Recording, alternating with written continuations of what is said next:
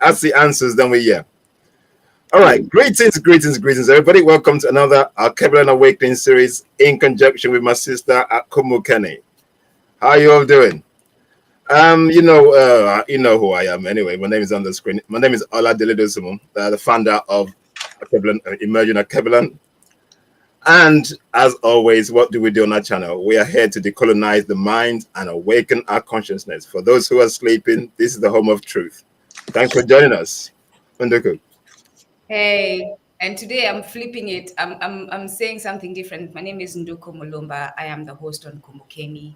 We are information warriors. Since we are Yes. all, that's what we are. Information warriors, reclaiming our narrative, telling our stories from our perspective. And I am looking forward to the brother joining us today because he will be awakening a lot of you ignorant Africans and Black Americans who think that you can disconnect yourself from each other. So I'm looking forward to this conversation. Absolutely. And as you can see, we got our guest, Professor Nware Burge. Professor Nware, I was going to say Dr. Nware. That's coming soon anyway. But yeah. If you do want to introduce yourself to our global audience, please tell them who you are. Okay, so my name is Nware Rahasaan Burge.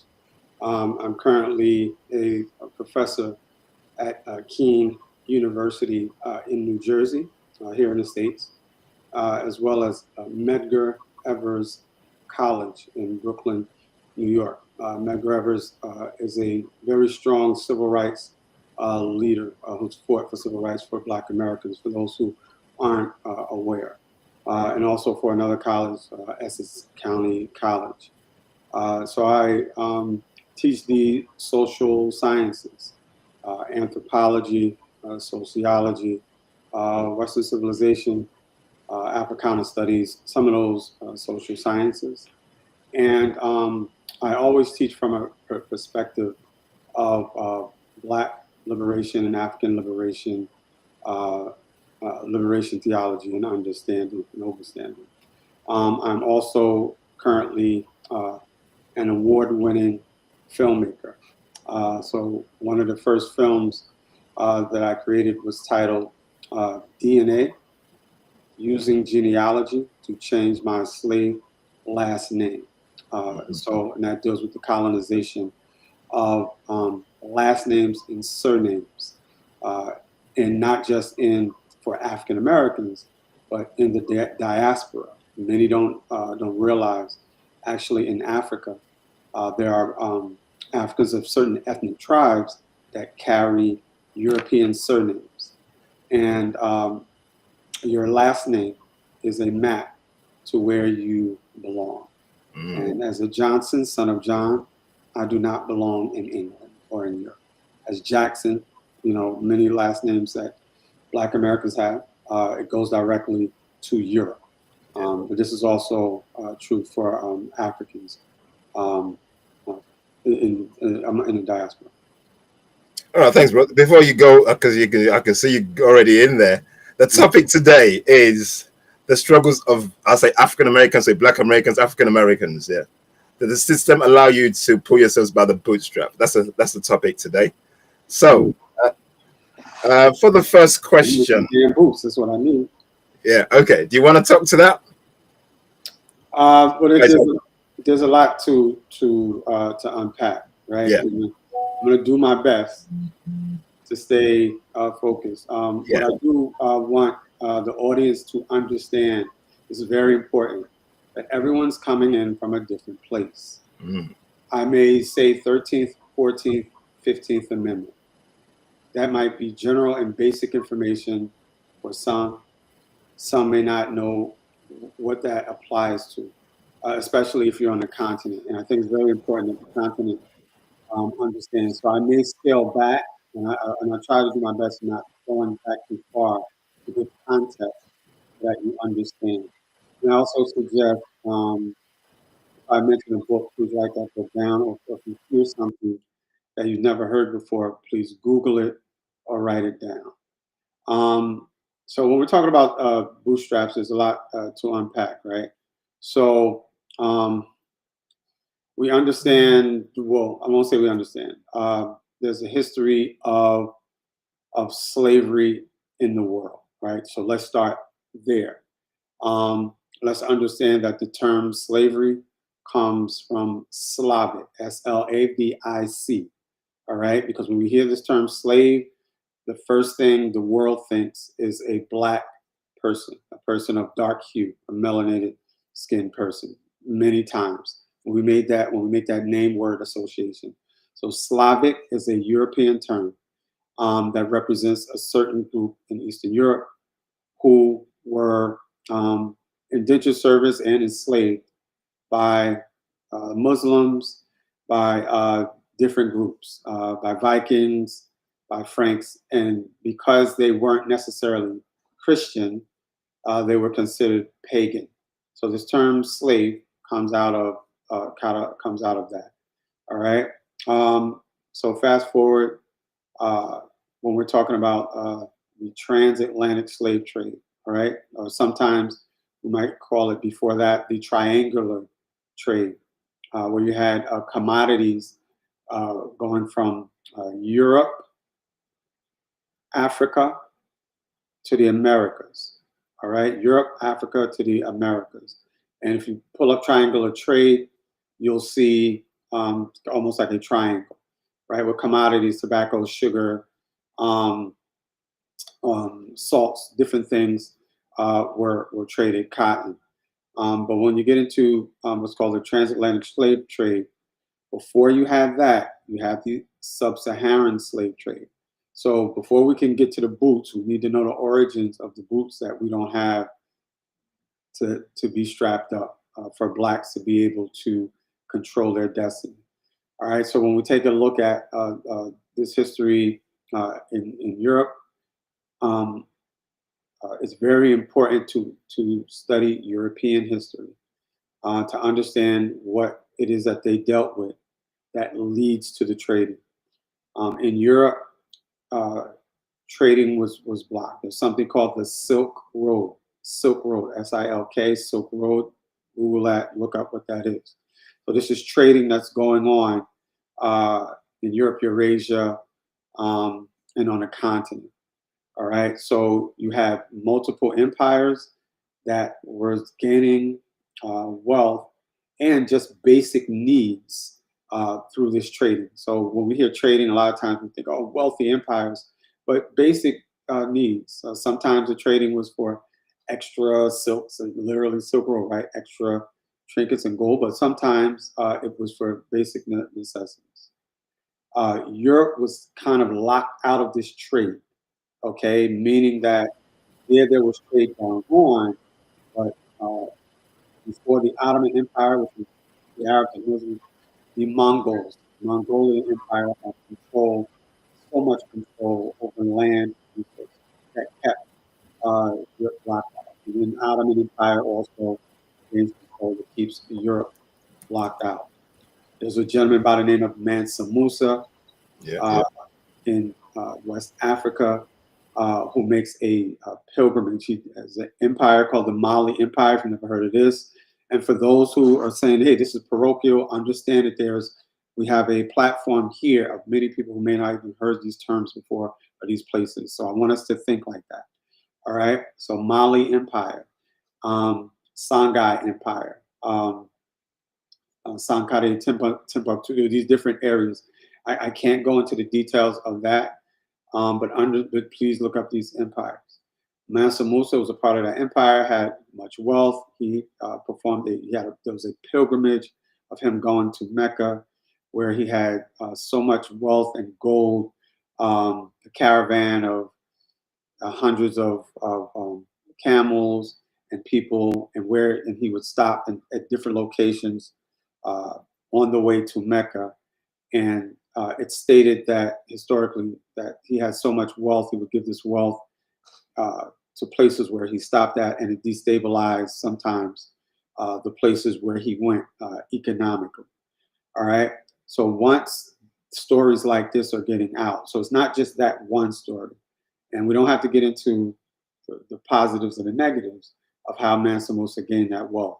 Please, you can research that for yourself.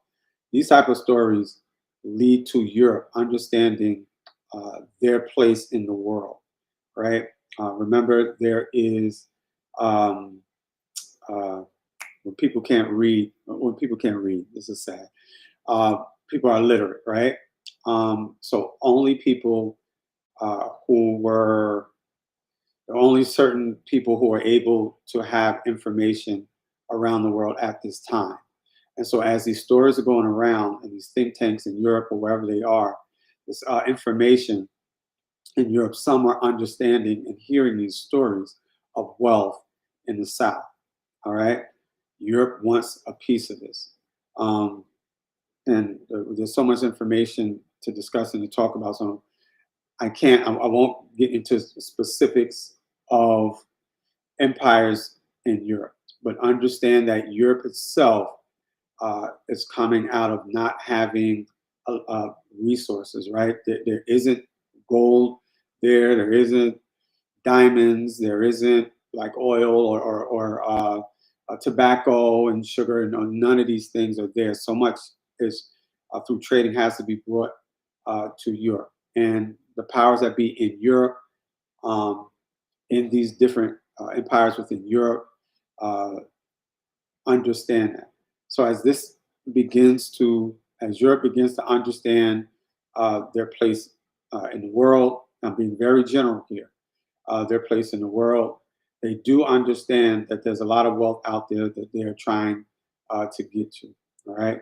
The Portugal, the current country of Portugal, the Portuguese are some of the first that begin to go into the Canary Islands and other areas to begin to enslave, understanding that they could begin to gain free labor from these people, all right? The idea of slavery has been in the world. I think many understand that throughout the world, and indentured servitude for quite some time. But the Portuguese, at the very beginning stages of understanding free labor and also trading. And so remember what I mentioned earlier, trade routes are blocked. So now there's a need to go other places to find resources.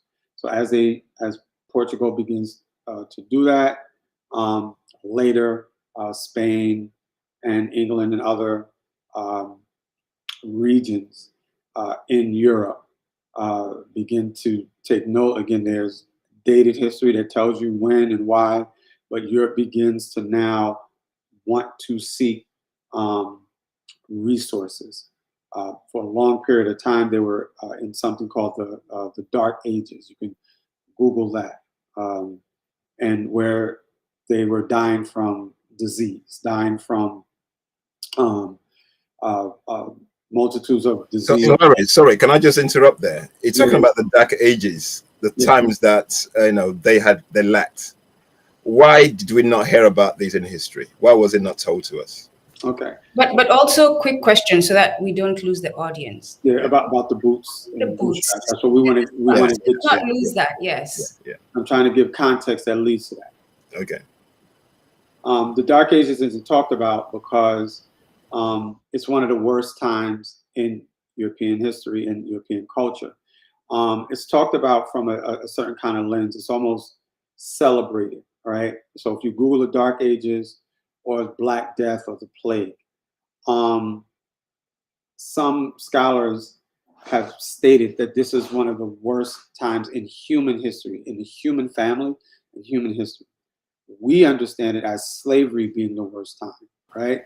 So really think about that. If we understand how bad the dynamics of enslavement is, and then someone makes a statement that the Dark Ages time could parallel that or be worse, you should read and look into how bad it was in Europe at this time for centuries. All right, the pestilence, the death, it was it's unspeakable. When you have, for example, currently now you have media and films such as Lord of the Rings and Game of Thrones, even on the cartoons, you have dragons flying around during this medieval period, and it's celebrated. It's something that was a glorious time. It was one of the worst times in human history. So obviously Europeans will kind of sell this as a great time when historically they truly understand how bad it is. And this has to, again, ties into the boots, because they understand that they will never go back to a period in history that was this bad for Europeans. It was the worst period. So please look that up. All right. One point I want to make. There's an African American scholar by the name of Dr. John Henry Clark that wanted to learn all of his history about black people around the world. He was finding out that we had this history. Arturo Schomburg, who was his elder and his teacher, said, before you learn about your black history that you want to know, go learn the history of your oppressor. Go learn the history of your enemy. Go learn the history of Europe before you learn African culture and black history. So that gives you a litmus of, Arturo Schomburg, Google him and find out who he was. All right. Someone says Arthur Schomburg, Arturo Schomburg. All right. So Hollywood or media begins to sensationalize that time frame during the Dark Ages. And so now people don't even see or understand what that time was. You had a show called Game of Thrones. Some people know it was pestilence and nasty, but it's still celebrated. The analogy that I make is, imagine if the transatlantic slave trade, if you know about how bad it was, imagine if Black Americans got full control of Hollywood, created films about slavery, and they began to, for example, the slave masters whipping them with a whip. You have the person who's being a slave grabs the whip, right? We're saying a make-believe film here, right? Fictional, grabs the whip, swings the slave master around, flies him off the plantation, and then the slave flies like Superman off the plantation. And imagine if blacks were teaching this and making films and cartoons about slavery like that it was this bad time, but all of a sudden we got these superpowers. That's what the Dark Ages is. That's what white media is doing to the Dark Ages. It was deplorable. So please research that. All right, that's the analogy I often make. So when we get to the boots, right, and trying to fast forward here, because there's so many points to make, and I know I'm being very general. When we're talking about the transatlantic slave trade, what begins to happen is we know that this is an oppression of Black people, right? We understand that Blacks at this time aren't able to establish wealth, aren't able to establish themselves because of the deplorable things that are happening. You have now cotton, tobacco, sugar, and these things that need to be cultivated in the Americas. Again, I have a chronological order, and I want to talk about the natives and the indigenous Native Americans. I specifically want to talk about Black America. So once enslavement is beginning, and I want us to think about the trading, right? Portugal, Spain, and England are now going around the world for resources to enrich and empower Europe, both militarily, economically, and infrastructure. All right. Coming out of the 14th and 15th century. Okay, before we get to the bootstraps, 13th and 14th century. There's empires all over the world that are great empires. Africa, Asia, you name it. But during this time now, Europe is coming out of its darkness and now trying to gain power. They're looking for gold and resources, right, to empower. So to empower their parts of Europe. France, England, Spain have all been at war with each other, constant war, and it constantly destabilizes their economies. All right, these are histories that we can read about. So those wars are also competitions, right? If you want to look at it like that. So they're going into the Americas to find wealth to empower their countries. So they need people to work to do that. The first people to do that is the indigenous Native Americans, and as they're enslaving the indigenous Native Americans, killing, murdering, raping, giving diseases and these things. There's so much history there, but then one specific point to understand is a person by the name of Bartolomé de las Casas. There's different names, but de las Casas, who writes a letter discussing how bad the conditions are for the indigenous. At this time, their think tanks, if you will, understand that the Africans know how to cultivate rice. They're immune to certain diseases. They're strong, powerful people. There's a lot of rhetoric that goes on in this letter to Spain to now make the decision to start to go hard into the transatlantic slave trade, specifically of the African. Okay, so once that begins to happen, slave trade begins to happen, to now establish free labor. All right, so it sounded redundant, but for some who don't understand how this kind of transfers power and wealth, these are the very beginning stages. All right, so once the slave trade is established, as this begins, Portugal, Spain, and England. Remember, they've been so-called down-pressed or the lack of power. So as Dr. John Henry Clark states, they're going into this with a vengeance, going into this movement of power and wealth with a serious vengeance, all right? But they're still at war with each other, all right? They're still at war with each other while they're in South America and North America. As they're developing the slave trading, they begin to establish rules, all right? Some of these rules are what's called slave codes, all right? Because at this time, there's a lot of what's considered interracial mating, specifically with Spain. Spain has a different ideological perspective on how they're embarking in the slave trade. And they're procreating at a rapid rate, creating, if you will, a buffer class or another class, which becomes a mulatto class. And as this is happening at a high rate, Portuguese and Spanish and English too, specifically Spain is openly doing this. But as this is happening, you'd have to establish now slave codes for specific Africans, or if you want to call it colorism, this is a developing beginning stages of colorism that begins to happen. This is where the beginning stages of not having boots, because now laws are being established, again, with slave codes, if you want to Google that, to now make sure to keep Africans oppressed on a certain level.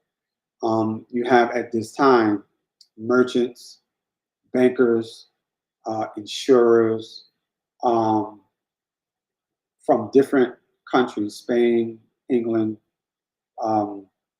Portugal, that are gaining wealth. All right, as they're gaining wealth through their insurance within slavery, through their direct trading of cotton, tobacco, sugar, rice, and these things, as they're developing wealth within their systems of trading, as they're developing wealth, it now begins to create, for example, if we think fast forward to Barclays or JP Morgan Chase or Aetna, are these well-established companies. They're gaining wealth during this period from the 16th, 17th, and 18th century on. All right. So now I kind of want to move into a bit of a different thing here in regards to how slavery then gets established, specifically in America through certain amendments, right? Many times we talk about the 13th, 14th, and 15th Amendment, and what specifically those amendments are. And I think some people may understand in the 1800s and the 1860s, the abolition of slavery happens 1865, which establishes the 13th Amendment. So just quickly, also so that we don't lose the people, Professor Burge, just quickly, because I'm listening to you talking, and it is important that you give this background. But I also think, given the questions, it's going to be covered there. Just focus on the question, and then we can give the backstory as you answer the other questions, right? Because as we know, our audience attention is like disappear, right? So bootstraps.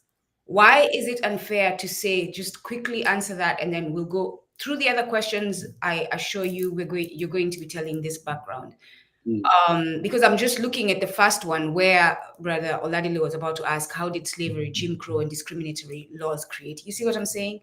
So you're talking about all that history. But just simply, why is it unfair to say to, and you can start with the comment you made, which is what Oladile was saying. Why don't you say more about that? The comment you actually made, right? When you're these people tell us when you're in a networking event, you want to be like quick about answering these things. So someone says to you, Black people should be, especially an African from the continent says, Black people are so lazy, they need to pick themselves up by their bootstraps, especially because we don't care anymore about what people think about it, what people think about us, right?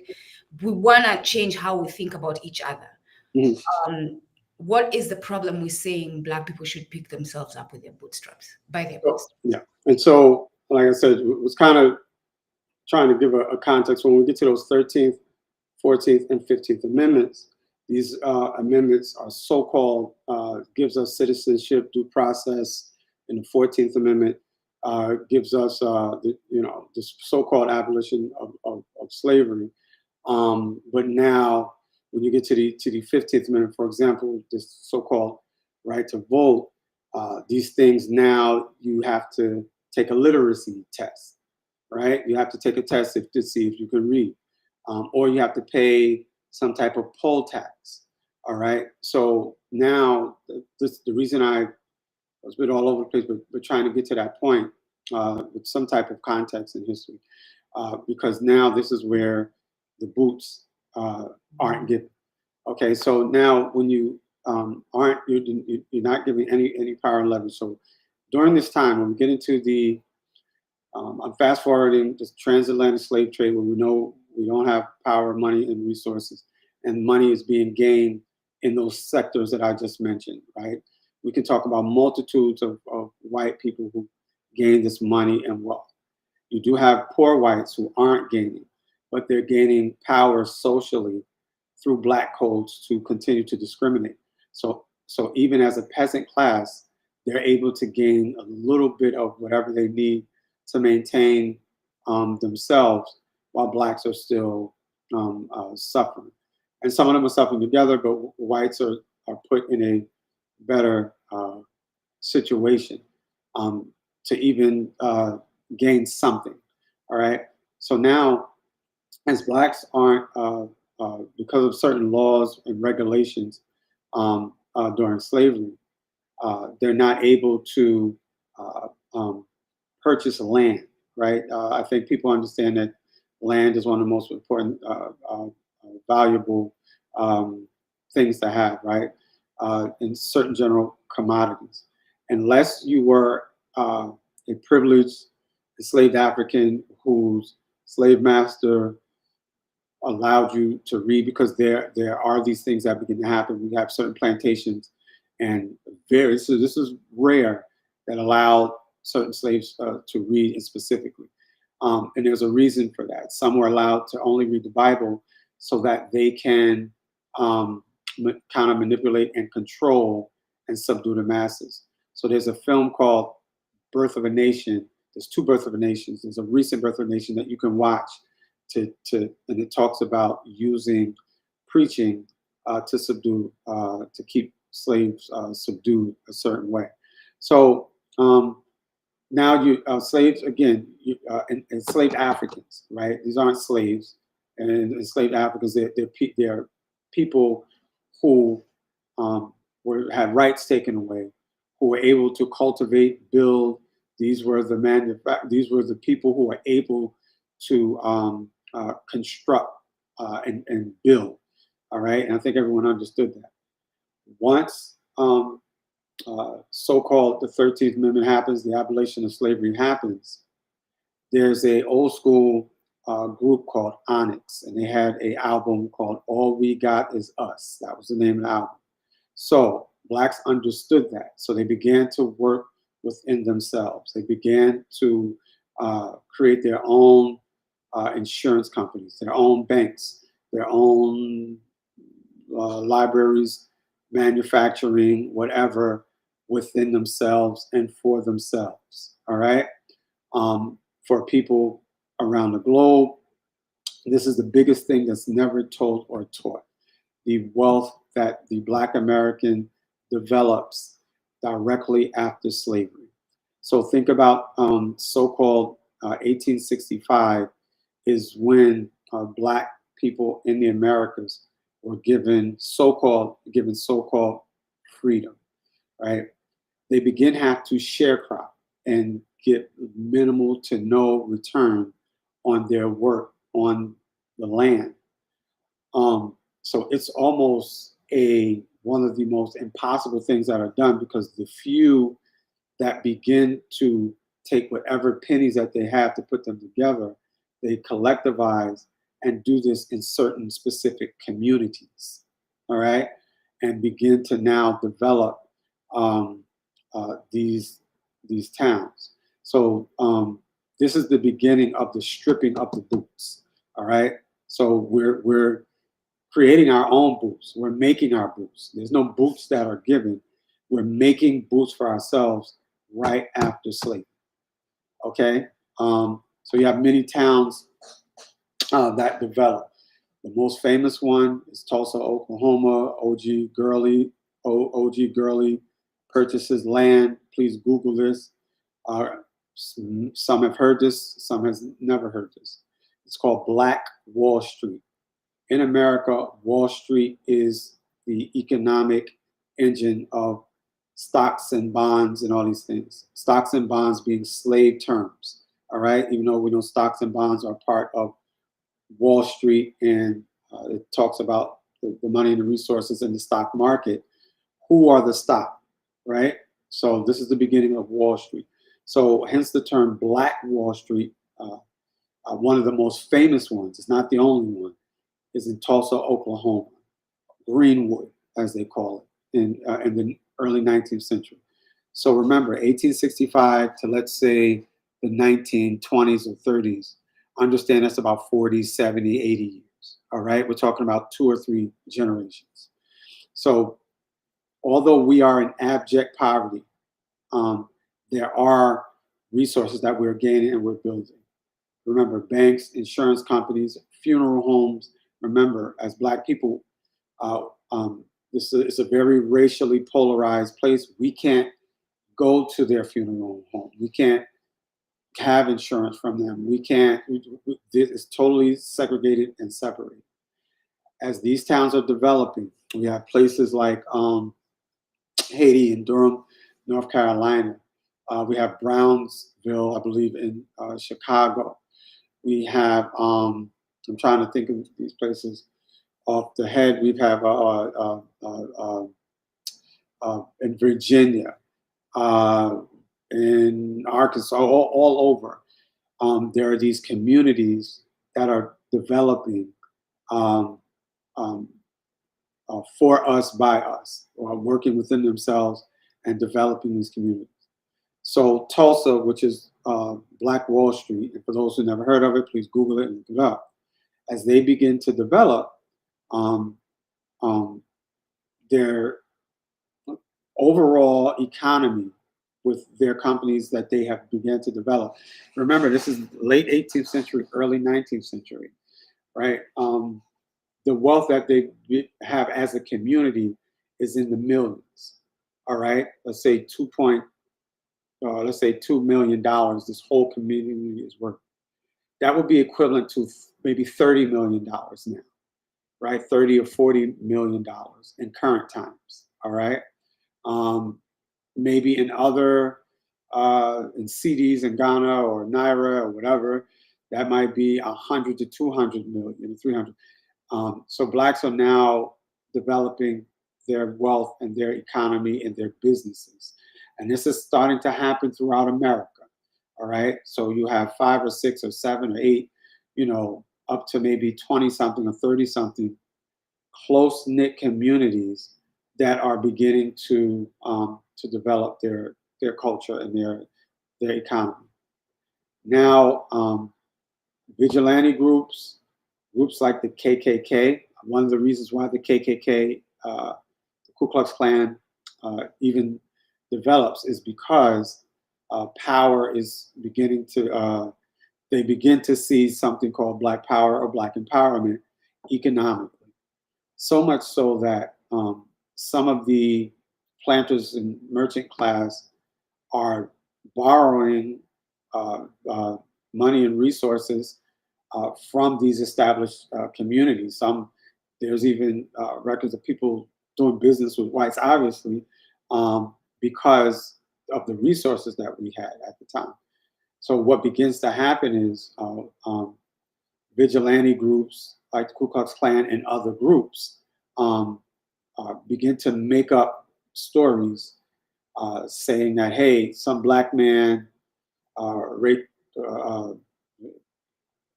took advantage of my wife, and they would make up lies and say, hey, they took advantage of my daughter, right? They would make something up where they saying that someone took advantage of them, took advantage of someone in their community, someone in their white community.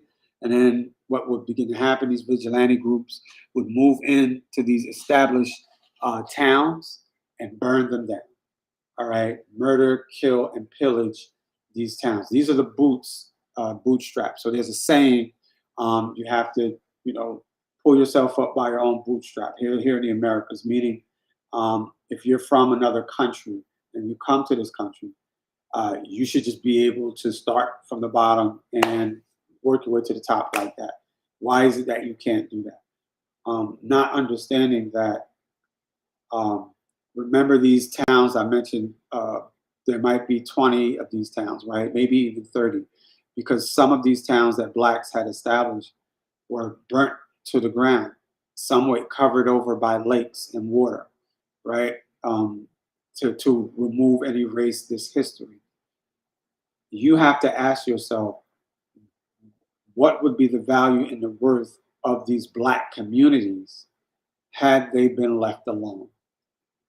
$2 million community in the early 19th century is equivalent to, right now, might be $1 billion community, right? So you have to think about that. So if you're an African, you're a Caribbean, you're from another country, you're a Black person or minority, because of this segregation and the racist culture in America, you would have to come into a Black neighborhood to help build yourself, your business.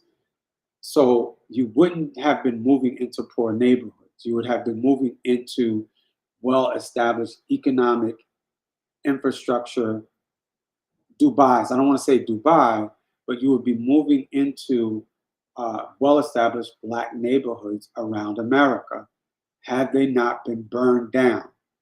All right. So people from the Caribbean, people from Africa, Indians, wherever you are, you need to understand that wealth is transferred.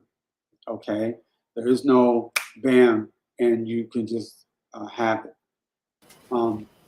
Skyscrapers, buildings, land. When you come to the Americas and you see all of this, there's no Black Americans that own these big buildings and skyscrapers and arenas and all of these things, right? But had we been left to our own devices, America economically would be a totally different place, right? Professor Nware, can I just intersect there a little bit? Mhm. Based on what you're saying and the challenges that we, I say African Americans, because focus on African Americans here, Mhm. and the challenge that they've gone through in terms of what they've done to them. How do I put this? In America today, still, the wealth is still concentrated in the hands of the Caucasian, the white people. Yeah, a few elite, yes. Yeah, they're few elite. Okay, Black Americans are trying to basically make themselves relevant in the system, but they're still struggling. So, knowing what we know, what solutions would you think would be the best way? Because in the system, it's a bit difficult for us to detach ourselves from the system because we're in the system. But how can we create relevance in the system that's going to build a community for the people? All right. So first, everything that we're talking about and saying here is non-existent in the mind of most people. They have no historical context. So if you don't have any historical context, you only live in the now, in your current state of mind. So this history does not relate. And the younger generation and even people older purposely disconnect. So it's almost like you're in this bubble and it's this snap your fingers, make believe we're in now and you can just have success. And for them, success is just get a house and a car and then find a decent job and you have some leverage for your family. That's a Eurocentric, individual, linear way to see the world. And that's how most of us see the world. Collectively, Black Americans don't have anything. We don't we have $1 trillion economy as we spend, but we don't align that money as a nation, if you will, because you specifically have, when groups have done that, the Marcus Garvey movement in the 1920s. If you never heard of Marcus Garvey, Google Marcus Garvey and his movement. The Nation of Islam under W.D. Farr, the Honorable Elijah Muhammad, and we just saw Nware Muhammad speak the other night, develop a systemic social, cultural, economic development to be able to move forward. So if you in your mind disconnect how wealth is transferred, and you just think a person can you just get a job, go to college, and you do well for your family, that's a different discussion and a different way to look at things. Because what we're talking about is because we're discriminated against in regards to institutional racism and systemic racism and these things that will only allow a few of us to get to a certain point. So yes, you can have some individual running a company or starting a company or being the head of an academic institution and for your family. Collectively, it doesn't help to build wealth for everyone. And that's something that's passed down that was stripped in the early 19th century, which isn't that long ago. So a lot of when we're talking about the relevance of that, and I believe in your question saying how can we bring that current now, or how does that affect us, you're saying? Yeah, how can we, obviously knowing what we know now, how can we then build on what we know to bring a reality that's going to, in a community-based reality for ourselves, basically to take us away from where we are to where we need to be? But what needs to happen, it has to be collectivization. When I said I teach anthropology and sociology, the anal origins of anthropology and sociology comes out of eugenics and this otherizing of white supremacists or of people who begin to look at other groups, right? And because of that, you have these ideological perspectives coming out of Europe that develop in the social sciences that we don't think about at all. So, for example, in sociology, there's something called individualism. John Locke's theory of individualism. This is a person who's a major theorist in sociology who helps develop, I believe, the Constitution and these different things that are written to establish America's laws, but also its social culture. Remember, Europe is coming. So many who don't know this history, the Europeans, not just the slave trade, but because of religious persecution, right? Feudalism and peasant classes that are going on in Europe, a lack of power and freedom, illiteracy, as they come to the Americas. And so that warlike culture and the things that are going on in Europe, they're fighting for survival and fighting for themselves, for their individual ethnic groups. That individualism begins to shift during I'm jumping around here. There's something called the Industrial Revolution that happens in the late 18th century as we're getting off of horses and trolley and agriculture and building factories and these things. So these theorists are developing they're studying, and I want everyone to follow me. They're studying the Industrial Revolution. So the social sciences is built on studying this dramatic change of horse and buggy into now factories and companies and building roads and cars. This happens fast. So as these things are happening, they're now studying people's development, how people are developing, and more specifically in the West.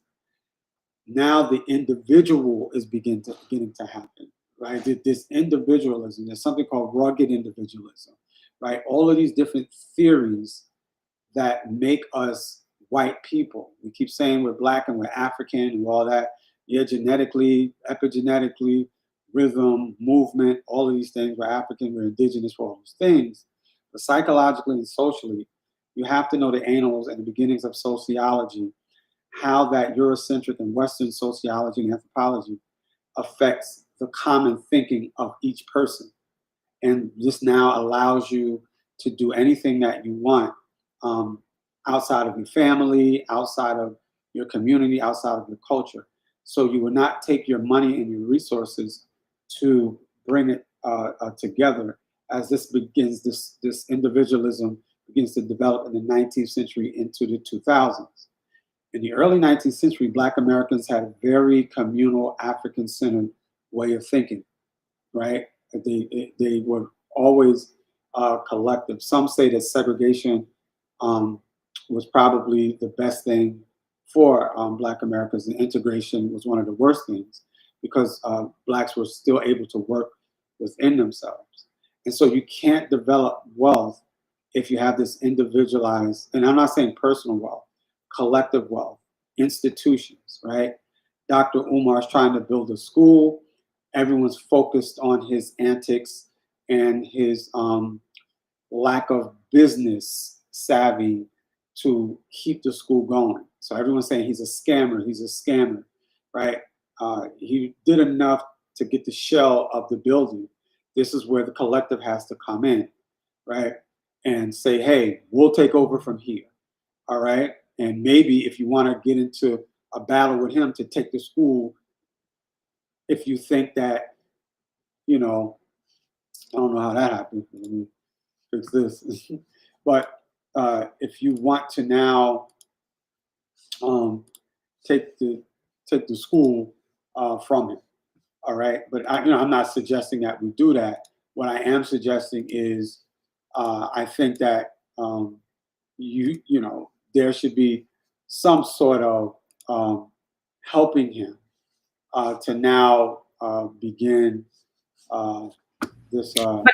But as you fix that, Professor Burge, as you fix that, and it's strange for me to call you Professor Burge because, again, your movie, DNA, getting rid of that slave name, right?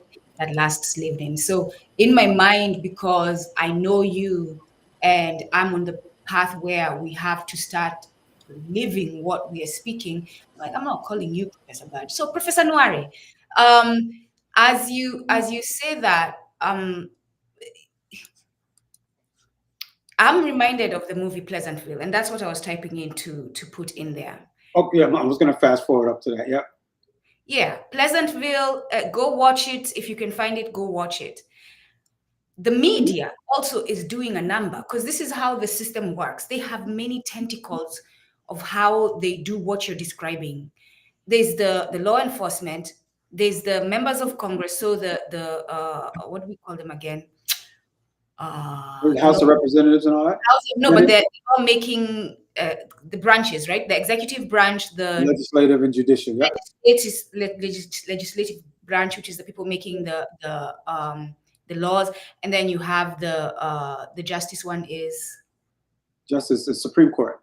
Yeah, but the branch. Legislative representatives.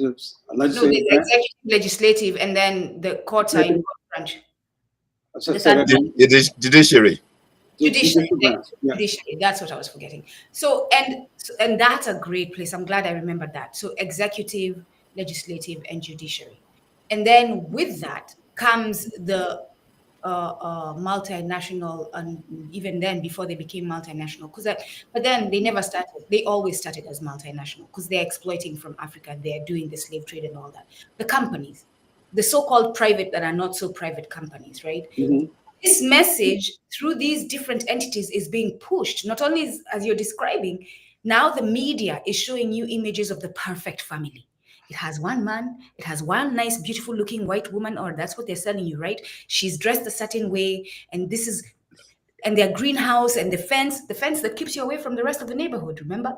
The fence that keeps you in your own space. This is what is being pushed.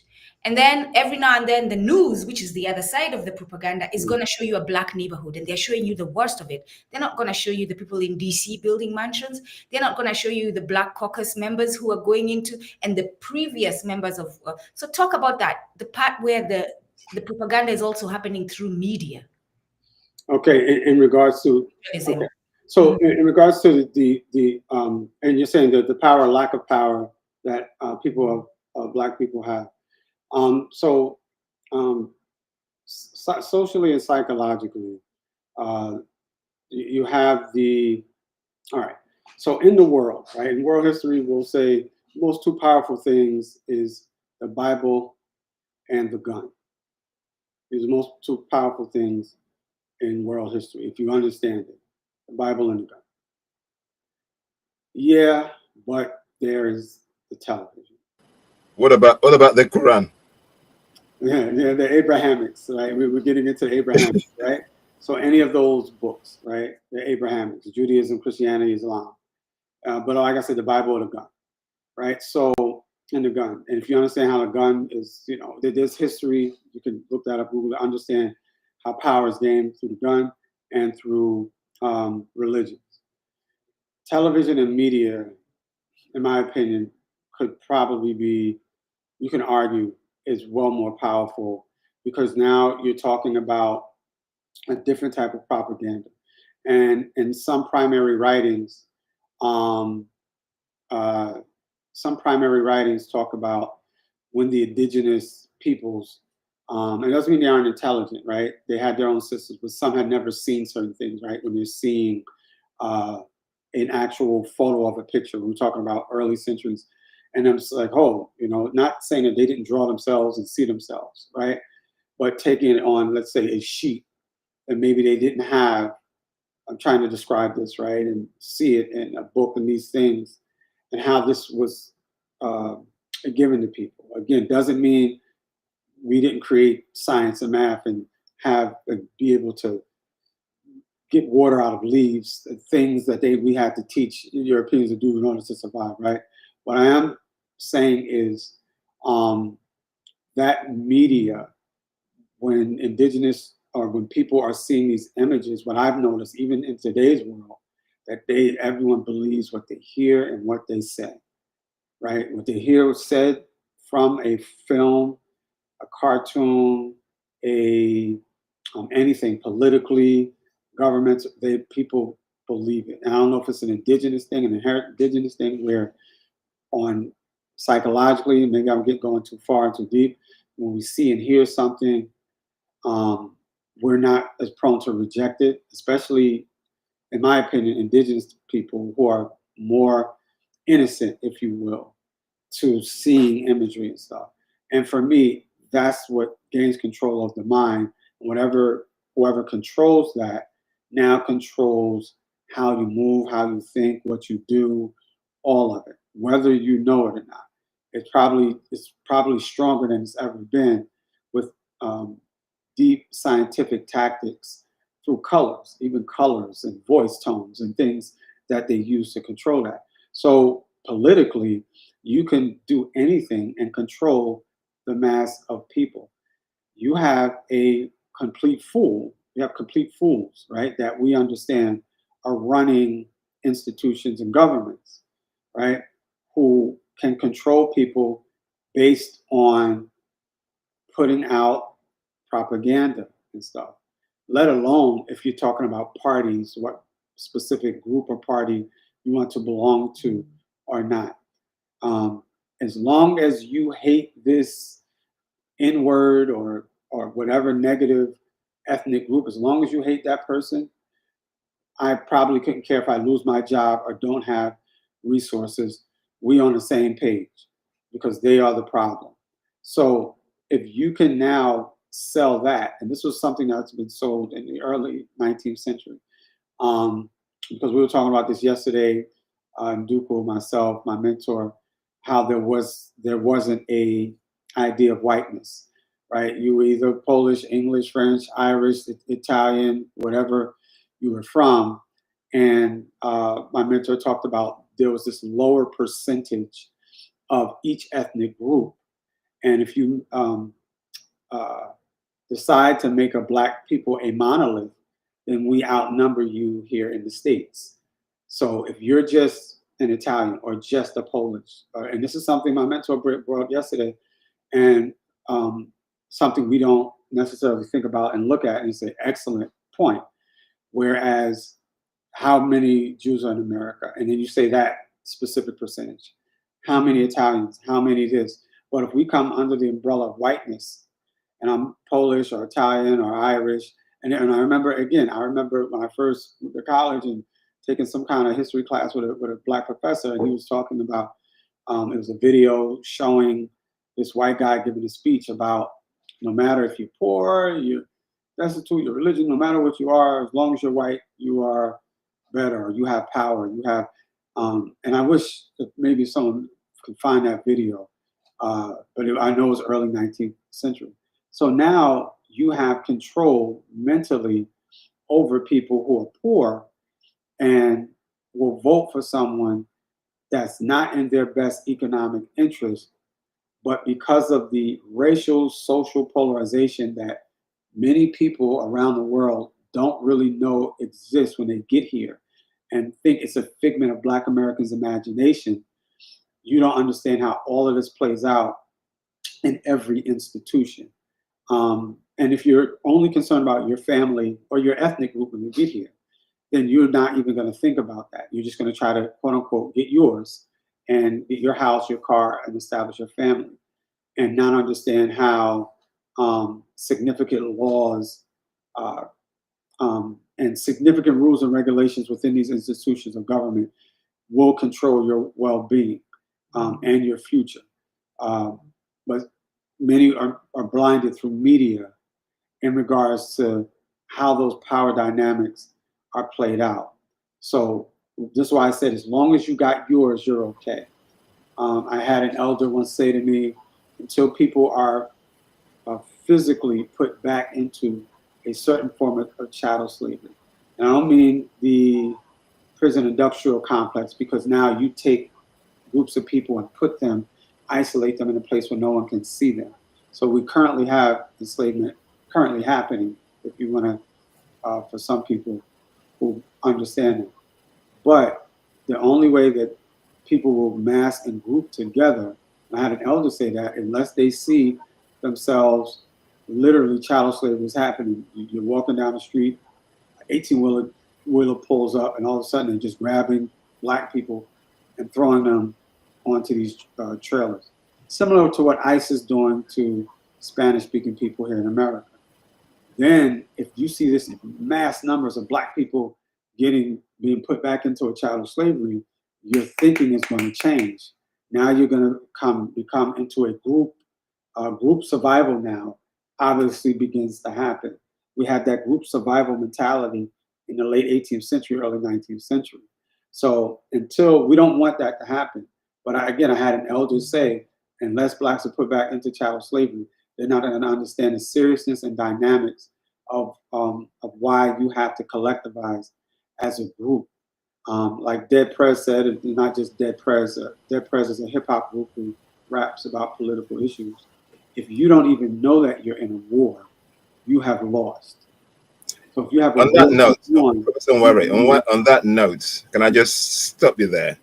In terms of, because we talked about Marcus Mosiah Garvey and Pan-Africanism, just tying into what you're saying there, how relevant is Pan-Africanism to the diaspora and Africans and continental Africans today?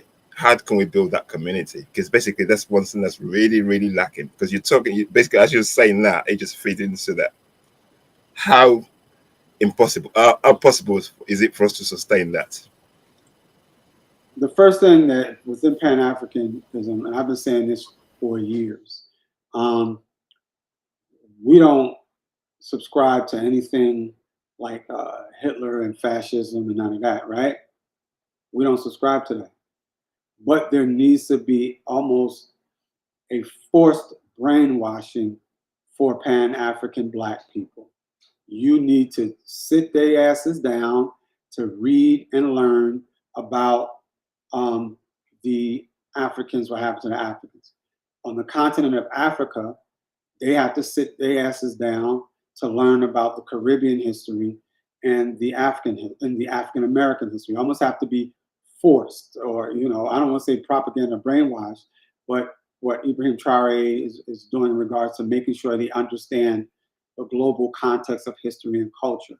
So you might need your behind whip to understand that this is what's needed, because so many people are blinded by, for example, a white Jesus, that now they interpret life and reality through this white Jesus lens, and that's going to psychologically deeply create this everyone's our friend, we're all cultural, we're all, as Africans and as Black people, we're constantly embracing every culture and every group, etc., right? Constantly, not understanding that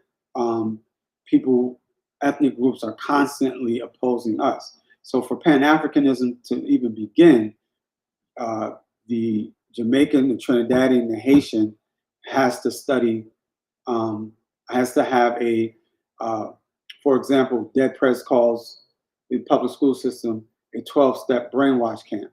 Well, in the 12 steps, meaning first grade to 12th grade, there has to be, in the Caribbean, you're learning about African Americans and Africans.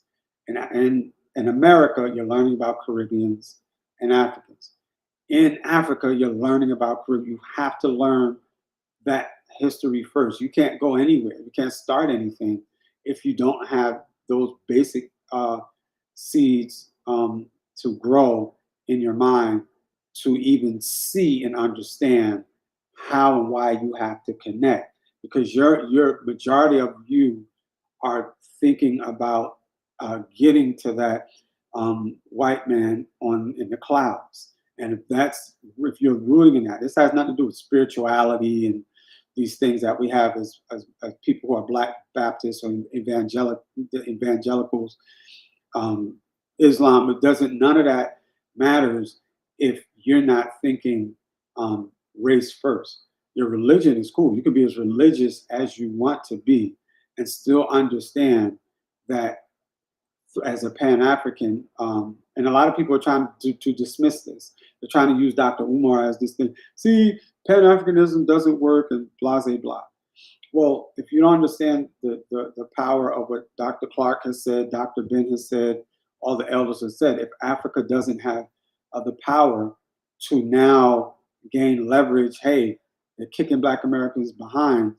If Africa doesn't have those borders and they have collective power and wealth, they're sending reinforcements into the Americas and we would hope that, because a lot of anti-Pan-Africanists believe that that would have never happened. Anti-Pan-Africanists will say, well, where was Nigeria? Where was Ghana? Where was, which is the most, you don't know, you have no context and no history if that's what you're saying. You know nothing about, if that's your argument. So fictionally, if there's an Africa that's able now to protect, the diaspora, right? The power and the wealth is there. Jamaica and Black America doesn't have, Black Americans, us, are very individualized. Yeah, we get together in groups and cultures and HBCU and fraternities and sororities. When I say HBCUs, these are historically Black colleges and universities, for those in Africa who may not have heard that. And we had to develop these colleges because whites wouldn't allow us to go to colleges. All right. So you may have these groups that do come together, churches and these organizations, but as a collective, an economic, money collective, land, real estate, businesses, and all of that, it's very individualized based on the sociological and ideological perspective of Eurocentric thinking. It's not an African village cultural thing. And anytime we talk about that, Blacks will respond that that's, it's a farce, and that's a dream, and all of that. Well, of course, that's what it's going to be if we all continue to maintain individualism. We're born into it, right? We're born into having like a white Eurocentric mindset and spirit, right? Whites may be offended by that, but understand the differences socially and culturally of who indigenous people are and who African people are and have been throughout time and history.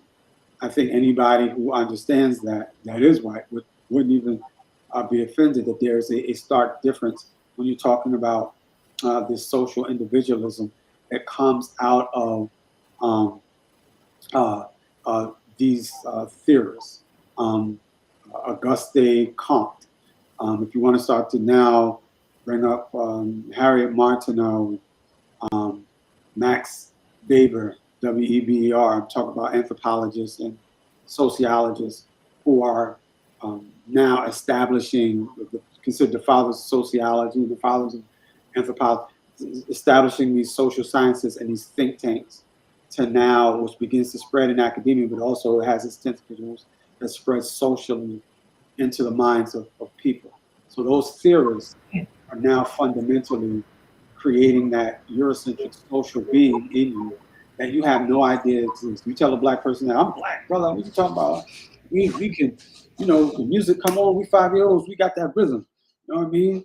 They can't jump from the free throw line and dunk a basketball and, and do a backflip and kick a soccer ball. We started that. We did. Yeah, I get that. That we have this Blackness and all that. But, in theory, we're moving as Western white Americans, right? Some may think that's offensive, that's a bad thing. But I know for us, we have to collectivize. There's nothing offensive about being told that you're a duck that's barking like a dog and you need to stop that. There's nothing like, unless you're weak of mind, and let's be plain, sometimes we need to be plain. There's nothing wrong with me looking at my cat like the cat is crazy when it starts quacking. There's nothing wrong with me looking at my cow and saying we need to call the vet because my cow has been barking for the last week because it's behaving like it's not supposed to. So when we Wana Ubuntu, children of Ubuntu, start behaving outside of Ubuntu, right? Where we are life givers, something is wrong with us. And that has to be identified if we're going. But as you speak, before I ask my question, Professor Nware, the people who ask, where was Africa? And I've always when now I am learning a better way to respond to this. Where was Africa when we were going through it?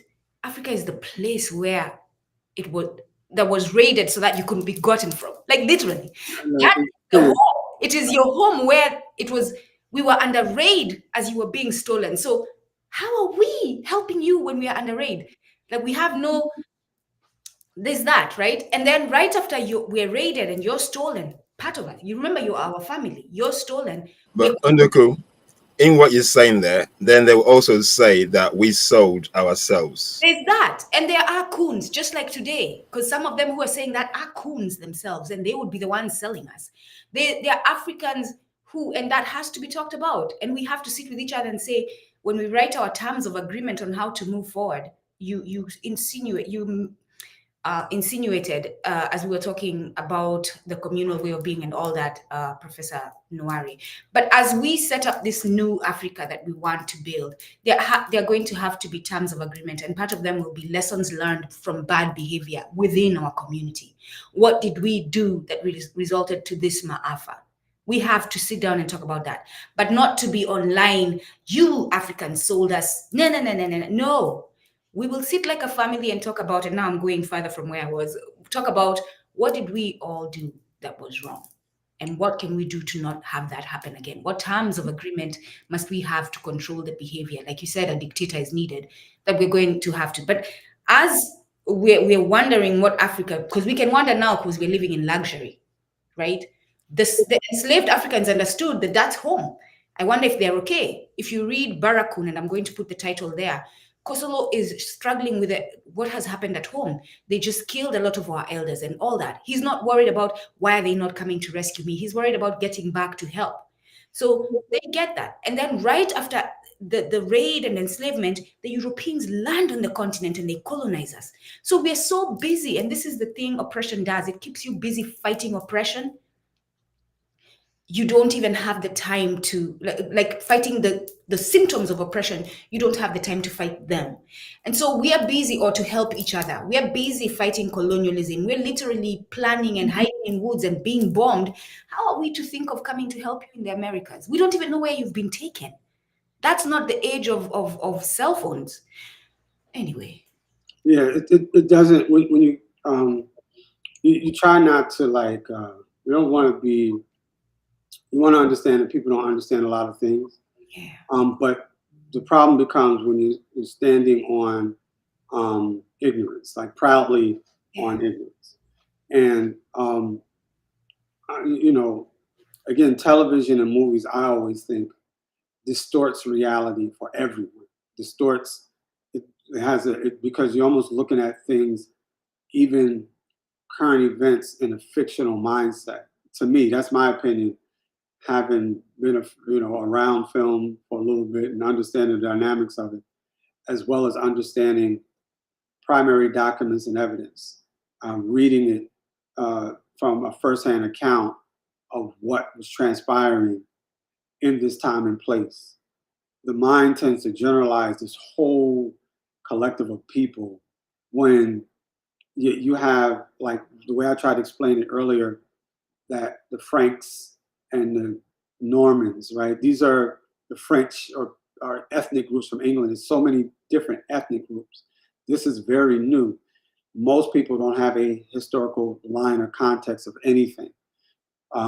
They haven't read it. Many. Why would they if you are working class people paying bills? Why are you going to learn about the annals of the Normans in England, or where that word even comes from? Why they even existed? For what? Right? It's irrelevant. Why know the difference between an Igbo, an Ewe, a Ga, a Bamaleke person, a Kikuyu? Right? It makes no sense. Right? That's something that you'll find out, in leisure time or something. So then you don't know that all of these ethnic groups have a similar but different practice religion, maybe different type of foods they might eat, different language, culture. So if I get into a war or a battle with you for resources in that area, you are considered, maybe, I won't say the white man, but you're considered a different ethnic person. So if in your mind this is all a monolith, you have no structure to understand, and it's not talking down to people, it's saying that the difference between you, if you don't know that there was hundreds of ethnic groups, religions, cultures, empires, whatever, that existed, and you're putting everyone under just one bubble, it makes no sense at all. So if someone's saying that, if they're willing to be open to be directed to understand those dynamics. So it's not saying that people weren't greedy and wanted guns and gold and said, hey, here's 3 people, 5 people for this gold. All right.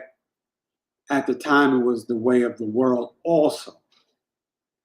And not understanding that this is happening globally, and now just taking the African to put it there, because not understanding how oppressed and downtrodden Europe was at the time, which it might have been worse than the transatlantic slave trade. I said that earlier. And them coming out to gain power, because Ottoman Empire, Mongols, and we can name all type of other groups that had power and control over world resources and different things. So now as they're coming out, they're already at war with each other. They're just trying to gain leverage any way that they can. There's no such thing as white people at that time. It doesn't exist. The concept of thinking. So now you're taking a now current time, these blacks versus whites back then, and all the blacks should have band together to fight the whites. It's basically someone saying to me, oh wow, I think we know tennis and golf, right? Michael Jordan was the greatest tennis player that ever played. He won the Wimbledon. He won the U.S. Open. Oh, Michael Jordan was the greatest tennis player. Man, how did he do it? And then begin to break down Michael Jordan's tennis acumen. This is what I'm hearing when people are saying these things to me. It's not being arrogant, because there's so much that I've talked and spoke to now, even currently, to my elder historians. And this is probably what they're thinking, like, oh, he's way off with this one. You know what I mean? He's way off with that one, right? Like, and then they'll reel me into like, oh, and then bam, I have a little bit of context. So now I'm like, oh, okay. So you're talking about people who don't have they've never read or been to these places, never read these things. Which now changes your understanding of chronology and history of these events. So there's no way that you can even make that statement. So it's not being disrespectful to the person in front of you, but you're telling me how great a soccer player Michael Jordan is at that point. And we know he played basketball. Yeah. So that's what I'm hearing. And then I have to keep a poker face to not know, to let them know I'm in total shock, but now have to begin to educate. Again, I don't know everything. Like I said, I would be talking like I'm talking, speaking to an elder historian, speaking to people, and I'm way off. And then, so you have to be open to even say, all right, well, let me go look into this and let me go read. Okay, let me go see about that. So it's hard to get to Pan-Africanism, to beginning, which was what a lot of they talked about, if you don't know the basics to that. But to achieve Pan-Africanism, there has to be a collectivized mindset of global oppression and white supremacy, or otherizing of the African and the indigenous. You have to know that is at the core, socially, economically, infrastructure-wise, and family-wise. So it doesn't mean become Killmonger, get the weapons of Wakanda. If you've ever seen the film Black Panther, go out and murder and kill everything. It means you come together as a group, collectivize, build that power. And if you're looking for it and you want it, we got it for you. So if you think that you have to do that in this type of world now, and you already have that power, because this is where I think people get confused. Wakanda was sitting on a lot of power. Wakanda didn't know that they may need to go do some reckoning and chop off a few heads to get things in order. But if you are, let's say Africa and Europe develops, Africa itself develops as a power structure, Africa doesn't have to worry too much about anything. It just needs to defend itself militarily. It doesn't have to go out to do these things unless those other places gain more power. Because, and I'm saying this from a futuristic standpoint, right? I'm saying this as America's collapsing, Europe is going to collapse. If Africa maintains its power and wealth, is able to do it, then it doesn't have to, in my opinion, and maybe I may be wrong, socially, economically, militarily, but in my opinion, if it gains itself power, the type of power that Africa would have, wouldn't have to worry about anybody ever coming to do anything. The argument then becomes, do you now take preventive measures? Yeah, of course. And then go out and begin to colonize or conquer, depending on how you're looking at it. Some historians will say we never came to conquer and colonize. We came when we traveled around the world. It was more or less in peace. Quickly to bring it back. No, great point. And we forget also that Wakanda is a story to some extent that's told from a white lens. So they're not going to have us destroying them. They're not going to allow to put that on what is it? Is it Disney or whatever that puts out Wakanda or whatever that? No, Marvel. Who puts out Wakanda? Marvel. It's Marvel. Yeah. So they're not, because as much as what's the brother called again that did Wakanda? Even try what you saying? No. Wakanda. The one that passed away. Killmonger and T'Challa and the director, our brother, Sinners. Yeah. As much as he wants to tell the black story, at the editing table, there are white people who are going to say, we can't do this, we can't do that. The final sign off is by white people. And therefore, Wakanda is a story told from the white lens. And therefore, you will not see what Professor Nware is talking about. Going back to Black Americans, and someone had mentioned before, so that we can also address the audience as we're running out of time, but why are we using the term Black Americans? Oladele, someone said, why are we using the term Black Americans? It's funny because Oladele sent me a message yesterday, or Sam, saying, should we change this to African Americans? And I said, don't even start that game. You're not going to win. Because you say African Americans, the Black Americans will be mad. If you say Black American, the African Americans will be mad.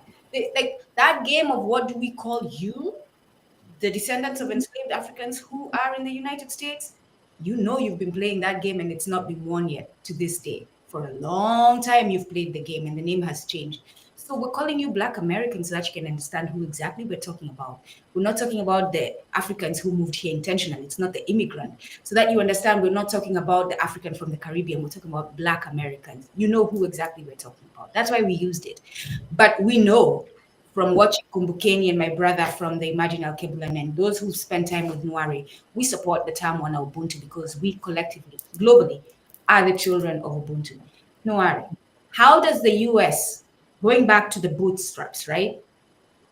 And the different structures of the system that take the boots away and the straps, so you can't even put on the boots or pull the straps, pull yourself by the straps. How does the US prison system function? And you talk about this a lot. How does the US prison system function as a modern day continuation of slavery, the 13th Amendment, the school to prison pipeline, and the 3 strikes law? And then as you speak about that, I'm reminding you, because you mentioned Nuri Muhammad, he was talking about neighborhood and hood. And the thing that has made the neighborhood a hood is the neighbor is gone, that sense of brotherly connection and being together. So speak to that, if you can. Yeah, please. All right, you might have to remind me a bit of those couple of things that we want to point out. But because of, again, remember television media, all these television shows that have come on throughout history around the world, it encourages, if you're Indian, China, like, it doesn't mean like there aren't all these great ethnic groups with great cultures and beautiful, things about their cultures. But majority of people, because of that media, everyone wants to live their best white life. You want to have your married, 2 kids, a white picket fence, and a dog or something.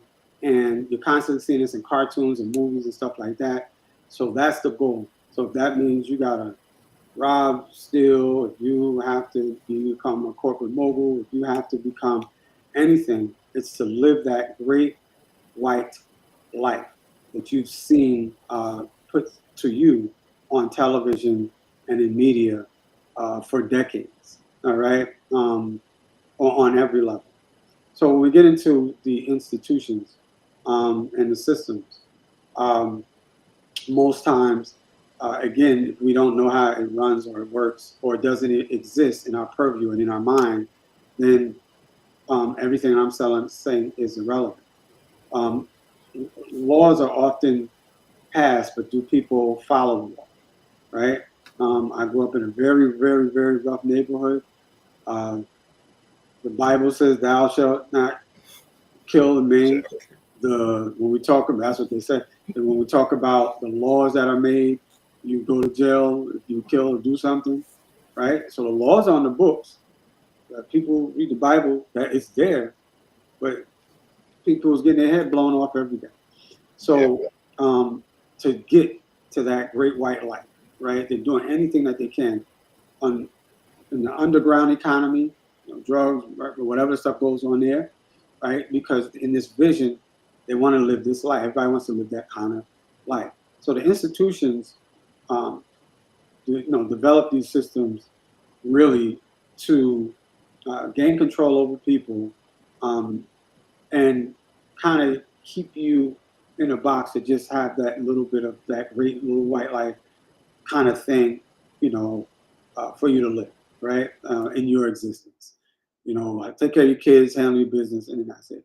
So when we get into that, anything that threatens that great white life will begin to lead to oppression.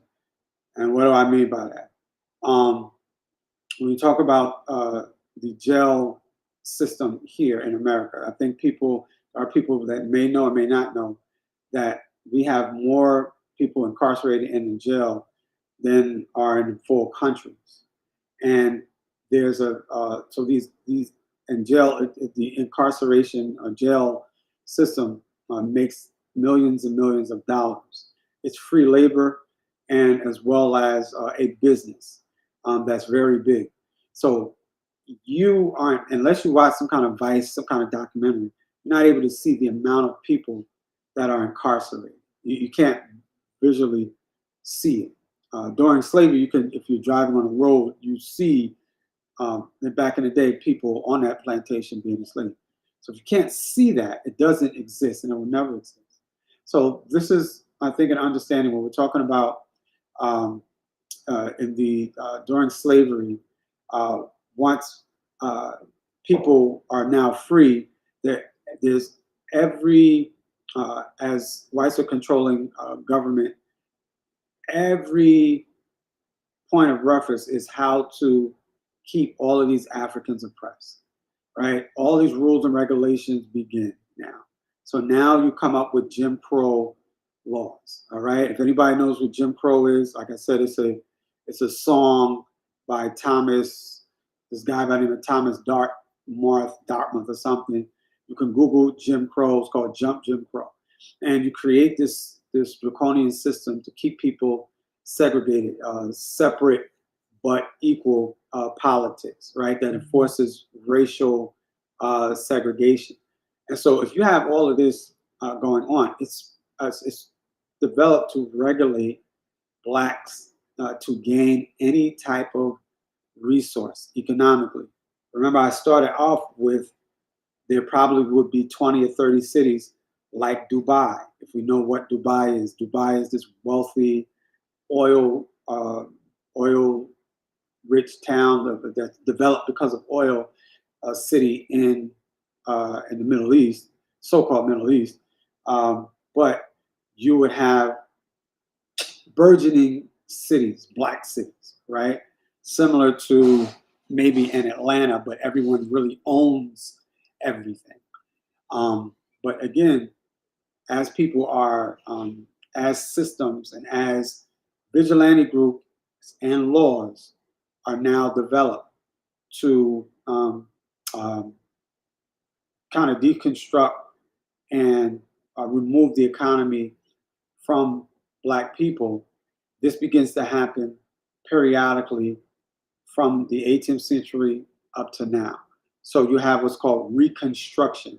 And those who don't know what Reconstruction is, you Google Reconstruction and what's happening in America at that time. The Civil War, if you don't understand the Civil War, understand there's the North, the South. The North's fighting against the South. The South's economy is based on slavery, the enslavement of Africans. The North's economy is based on manufacturing and some slavery. All right, there's slavery in the North, but mostly manufacturing. And it's a war of attrition to maintain an economic base. The North wants to destabilize the South to bring the Union together, right? There's a lot more details around that. As that's happening, when I talked about blacks becoming free, now they're creating laws to keep black people oppressed. They're now removing, there's something called the Freedmen's Bank, right? We're building banks, money, and wealth. They're stealing money out of the banks, right? Stealing the land. Militia groups are killing blacks and moving them off the land. And the little development that we were making, they're creating blacks to now be destitute. They're creating black codes, which limits land ownerships, ban rights and movements, vagrancy laws of people, cheap labor. And it now affects the cheap labor of the white planters. So if you do anything minute, you have to now work on what's called convict leasing. All right, this comes after enslavement. So when slavery ends, it never technically ends. There's this oppression that continues through the government systems, as well as white militia groups that help to maintain the status quo of oppression of black people, both power. So now blacks are now struggling step by step, even though you have the 13th, 14th, and 15th amendments, where it's due process, equal rights under the law. Now, Jim Crow segregation, because again, remember what I said, you can write all those things down, right? Thou shalt not kill, the Bible, or you get life in prison, but does that mean, how is this followed up? And most times you can't control that. So now, again, you have, like I said before, you can't force them to follow this due process of law or protection or rights in the system. So this is where the people come in, the KKK and the militia groups and all this stuff. You're not going to eat here. You're not going to do this. We're going to take this land for you. We're going to kill your family. We're going to take the money out the bank. We're going to destabilize you because you're an N-word. You're not worth value. You are the curse of Ham. Ham has cursed you. You know, these things in the Bible. This is the mindset that some blacks have and whites may have in the world and in society for darker people. So it's going to be a constant destabilization.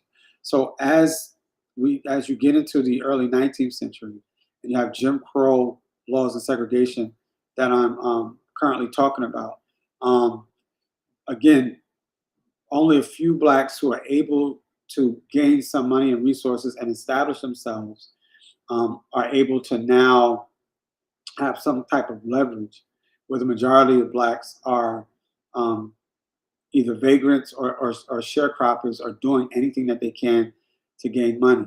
There is a time where in the early 19th century to the mid 19th century, there's something called the Great Migration. When the Great Migration happens, many of the blacks that were enslaved in the South begins to escape the tyranny of Jim Crow and segregation and all that stuff, right? We're talking about, what's another word for tyranny? Oppression as well. Oppression, murder, killing, devastation, any of these things. There's rumors, I can go to Detroit and make $5. $5 is $5 a day. That's equivalent to like $100, like $100 a day now, right? Or something. Let's say $100, $200. So blacks are trying to get to Detroit. They're trying to get to these urban cities around America to escape the oppression of slavery. Some are going out west for land, right? That was some of my family on my father's side. But again, you're fighting against this idea of white supremacy, suppression that's happening no matter where you go, all right? There's multitudes of stories that you may find, like a John Brown. If you want to Google John Brown, is trying to help blacks so they understand the power dynamic, that, you know, you're kind of all in the same boat, and the oligarchs have the power. So you have stories of that, of whites who are fighting against oppression, against power, and aligning with black people. This becomes very dangerous in the 18th and 19th century for these oligarchs and these people, and they begin to establish, again, a serious propaganda to segregate and separate specifically black and white people in the Americas. Fast forward, you get into the 1940s, when you had already had World War I, that I left that out. So you have World War I and World War II. World War I in the 1920s, early 1915, 1920s, World War I, blacks fought in World War I as they're coming back from war, protecting America, and they have some type of military ability and have some guns. They're seeing how they're not treated as American as they're establishing their towns and different places around America, but still being oppressed. And now this is starting to begin the serious contention that leads up to the civil rights movement in the 50s. There's multiple steps that begin to happen that with this oppression from since we got off the boat that leads up to this. When you get into the 30s and the 40s, when you get into World War II specifically, there's a film called Miracle at St. Anna. If you want to write that down and take a look at it. Miracle at St. Anna, that I think everyone should look at, talking about the Black World War II veterans. And so now when blacks come out of World War II to come home, the government, so not just blacks, when all military people who are fighting in World War II come back to America, there are loans that are given to whites, specifically to build houses, to gain economic wealth, you know, whatever. They're given leverage for loans and businesses and housing, right? Blacks aren't given that. There's a company developed called the FHA, Fair Housing Authority, that is developed because of the lack of economic wealth that's built through the housing market. They developed something called like Levitt towns. A guy by the name of Levitt develops all of these houses in different places around, you know, America, the Northeast, and specifically for whites to come and move in to purchase homes and given loans to now develop some sort of economic movement. All right, blacks aren't given the same privilege. Only very few are able to navigate and manipulate those systems in the 1940s and the 50s of getting some type of housing and leverage to take care of their families. There's a development of redlining that begins to happen as the realtors are developing maps of where property values are low. And wherever black people are, they've just established that this is low property value and the property isn't worth anything. This now it truly establishes this economic base. Doesn't mean there aren't in the South poor peasant class whites who are struggling to survive. As far as Black Americans are concerned, it's very difficult for a Black person to purchase a home and develop wealth through real estate. So those are the things that I'm trying to think of as we get up into the 50s. Like to the Civil Rights Act, right? The Civil Rights Act in 1964 now helps people, race, color, any creed or anything, get fair housing, fair education, health benefits, and these things that Black people have fought in the 40s, 50s, 60s, up to that time.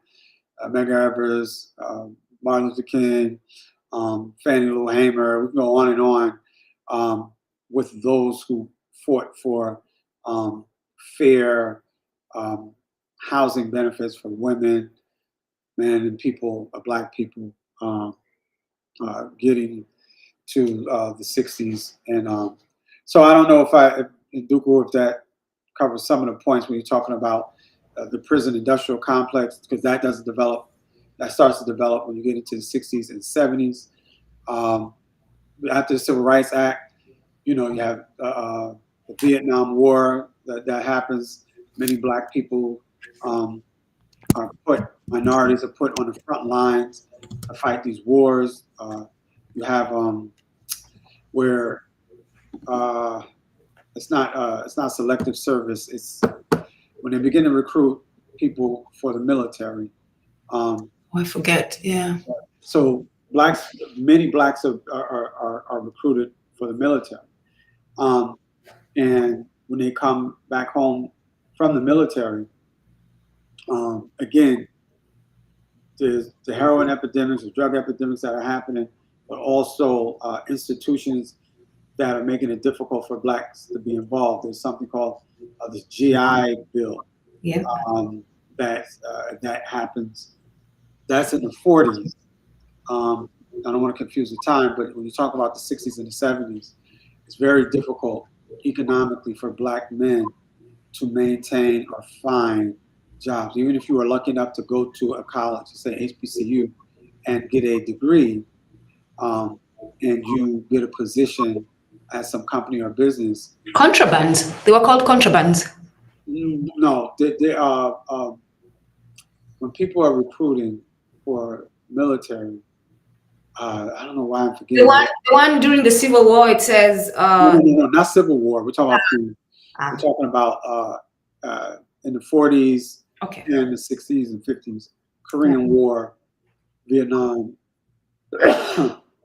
This recruitment, I don't know why it's escaping me. But at any rate, when we're talking about the institutions in the 60s and 70s, now, even though you have this civil rights law on the books, it's not technically being followed in institutions until you get to affirmative action, which is supposed to now allow fairness amongst ethnic groups and blacks. Are you referring to drafting? Drafting, the draft. I don't know why I can't think of the draft. So it's the draft. Remember. Yeah. So at any rate, in the 1960s, the military draft. Yep. So now I don't want to be all over the place, but at any rate, because I am, but just keeping it going here while we got time. So when you get to the 1960s, I talked about the Civil Rights Act, but now moving into the 70s. And when you get into the 70s, you have a very serious, and I want to speak to the African audience, a very serious economic downturns. There's consistent economic downturns throughout the history of America. And we have a saying white people catch a cold, we get the flu, meaning that if something affects white people are affected by, Black people in America is going to affect us even more. So any economic downturn affects Black people even worse. So when you get into the 70s and 80s, you have a lot of economic crises going on. One specifically is the gas crisis in the 80s. And then within this, when you have this economic downturn, again, it makes it very difficult for Blacks to now gain any type of economic leverage to go to school, to get jobs, housing, and all of that stuff. When you get to the 80s, you now have something called the Iran-Contra scandal, where arms are being funneled from Nicaragua in South America to help fuel war in the Middle East. And now you have guns and drugs being funneled into around cities around Black America. So when that begins to happen, Black men are incarcerated at a high rate, as well as the beginning stages of drug addiction, not just by the man, but also by the Black woman. Mm-hmm. And people who are following me, I know it sounds like I'm all over the place. We get back into the when I said the late 1960s, during the Vietnam War, when blacks are coming out of the Vietnam War, some of them are addicted to heroin. There is a drug epidemic, but not necessarily with the women. You have women that are on drugs, but not to the effect that in the 1980s, after the Iran-Contra scandal, drugs and guns are pumped into the Black community. Now, during the crack epidemic, you have women. That's the biggest shift. Also, women are addicted to drugs. Mothers are now Yes. addicted to drugs. This shifts the whole dynamic of family, Black family, and Black America. Now, Black America begins to deteriorate. Most of Black America, for those in Africa who may not be aware of this, when we say Black America, descendants of Africans, but now in Black America, you begin to see the African cultural dynamics of family and socialism with each other, family to family, person to person, begin to change and shift. All right. Some will say it happened in the 60s during people 50s and 60s because of integration. Blacks being now forced into white schools and being integrated and all of these things. Some will say the shift happened then. The more dramatic shift begins to happen when blacks aren't able to have jobs. There's something that I left out in the late 60s called white flight, where during the riots, and I don't know how I missed this, jumped right over that and jumped to the 80s, but the civil rights riots in the 1960s begin, or uprisings, not riots, uprisings begin to happen for people who are oppressed. There is a document called the Kerner Commission, where a president begins with an L.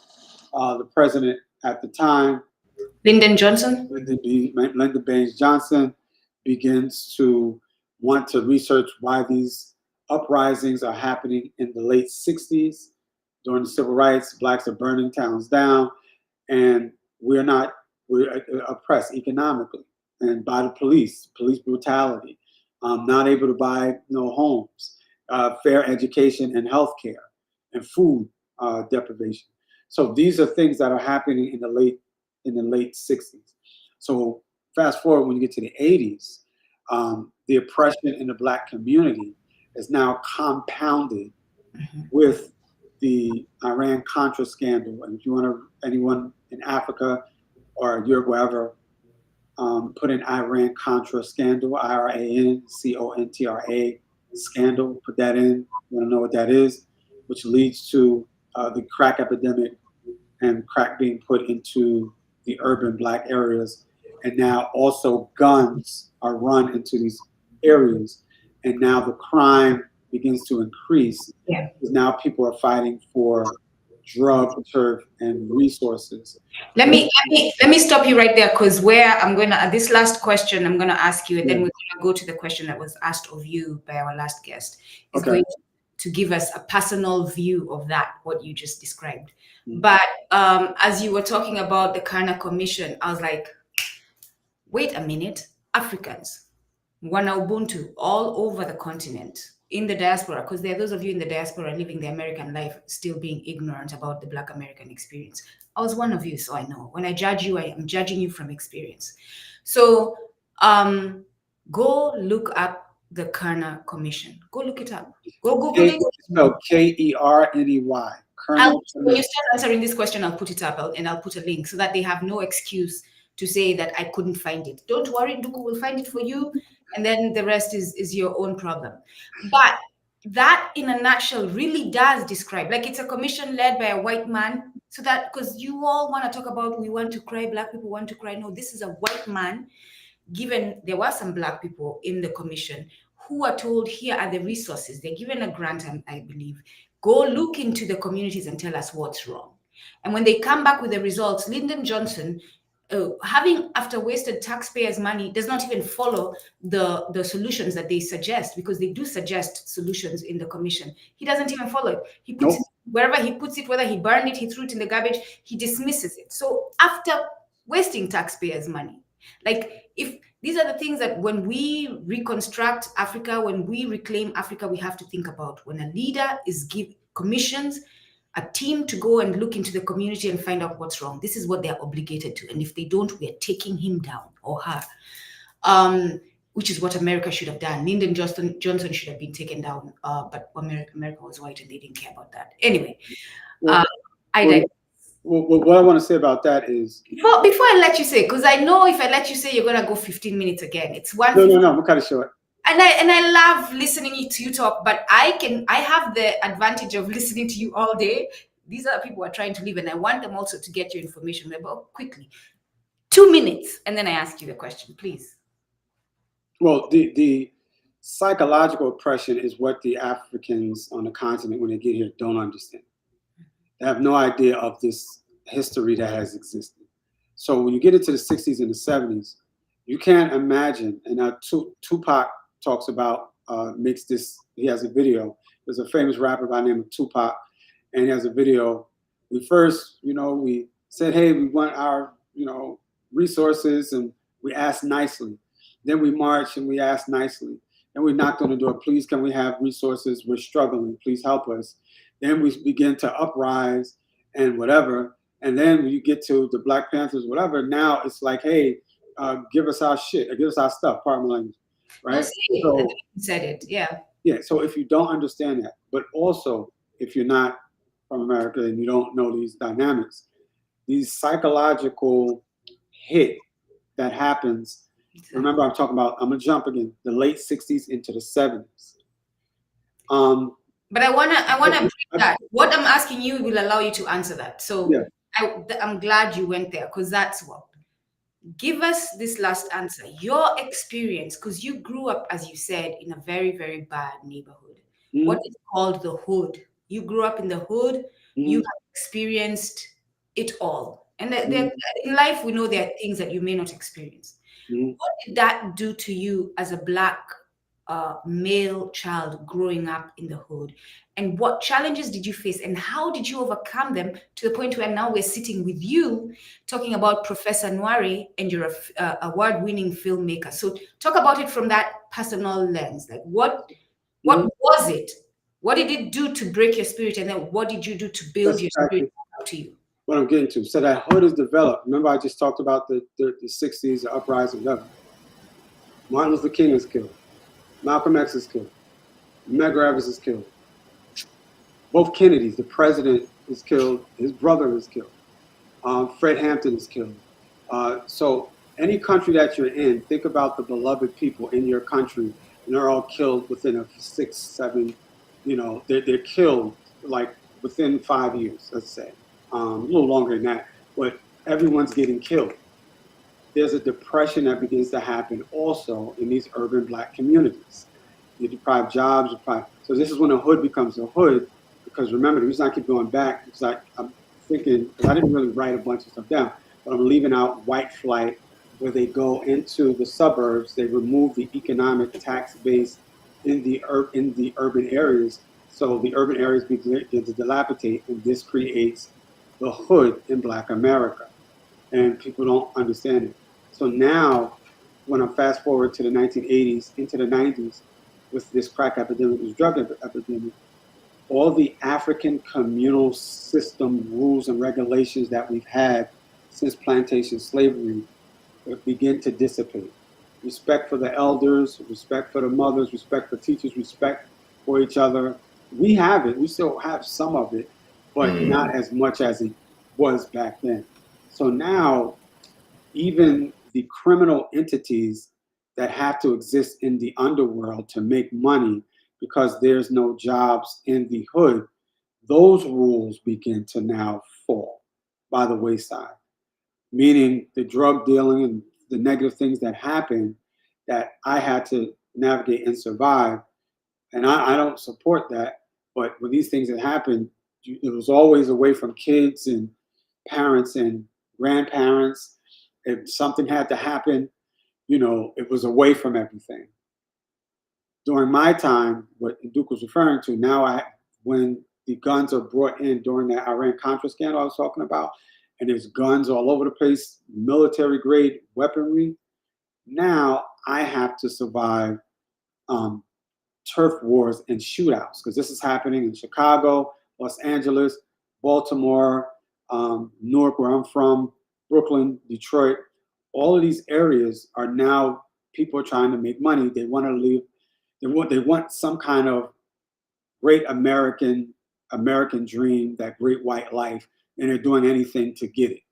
And so many films and movies begin to show that in the 90s and now stereotype the Black American male as this gangster, and if you got locks, you must be a gangster, this type of thing. So I survived multiple shootouts, meaning not me with a gun shooting at someone, but being in the wrong place at the wrong time with your friends. All right. If you live in these neighborhoods, you got friends, they're doing bad things. Still, your friend, you grew up with them. You don't say, hey, I'm Christian, I'm Muslim, I'm this, I'm not going to speak to you.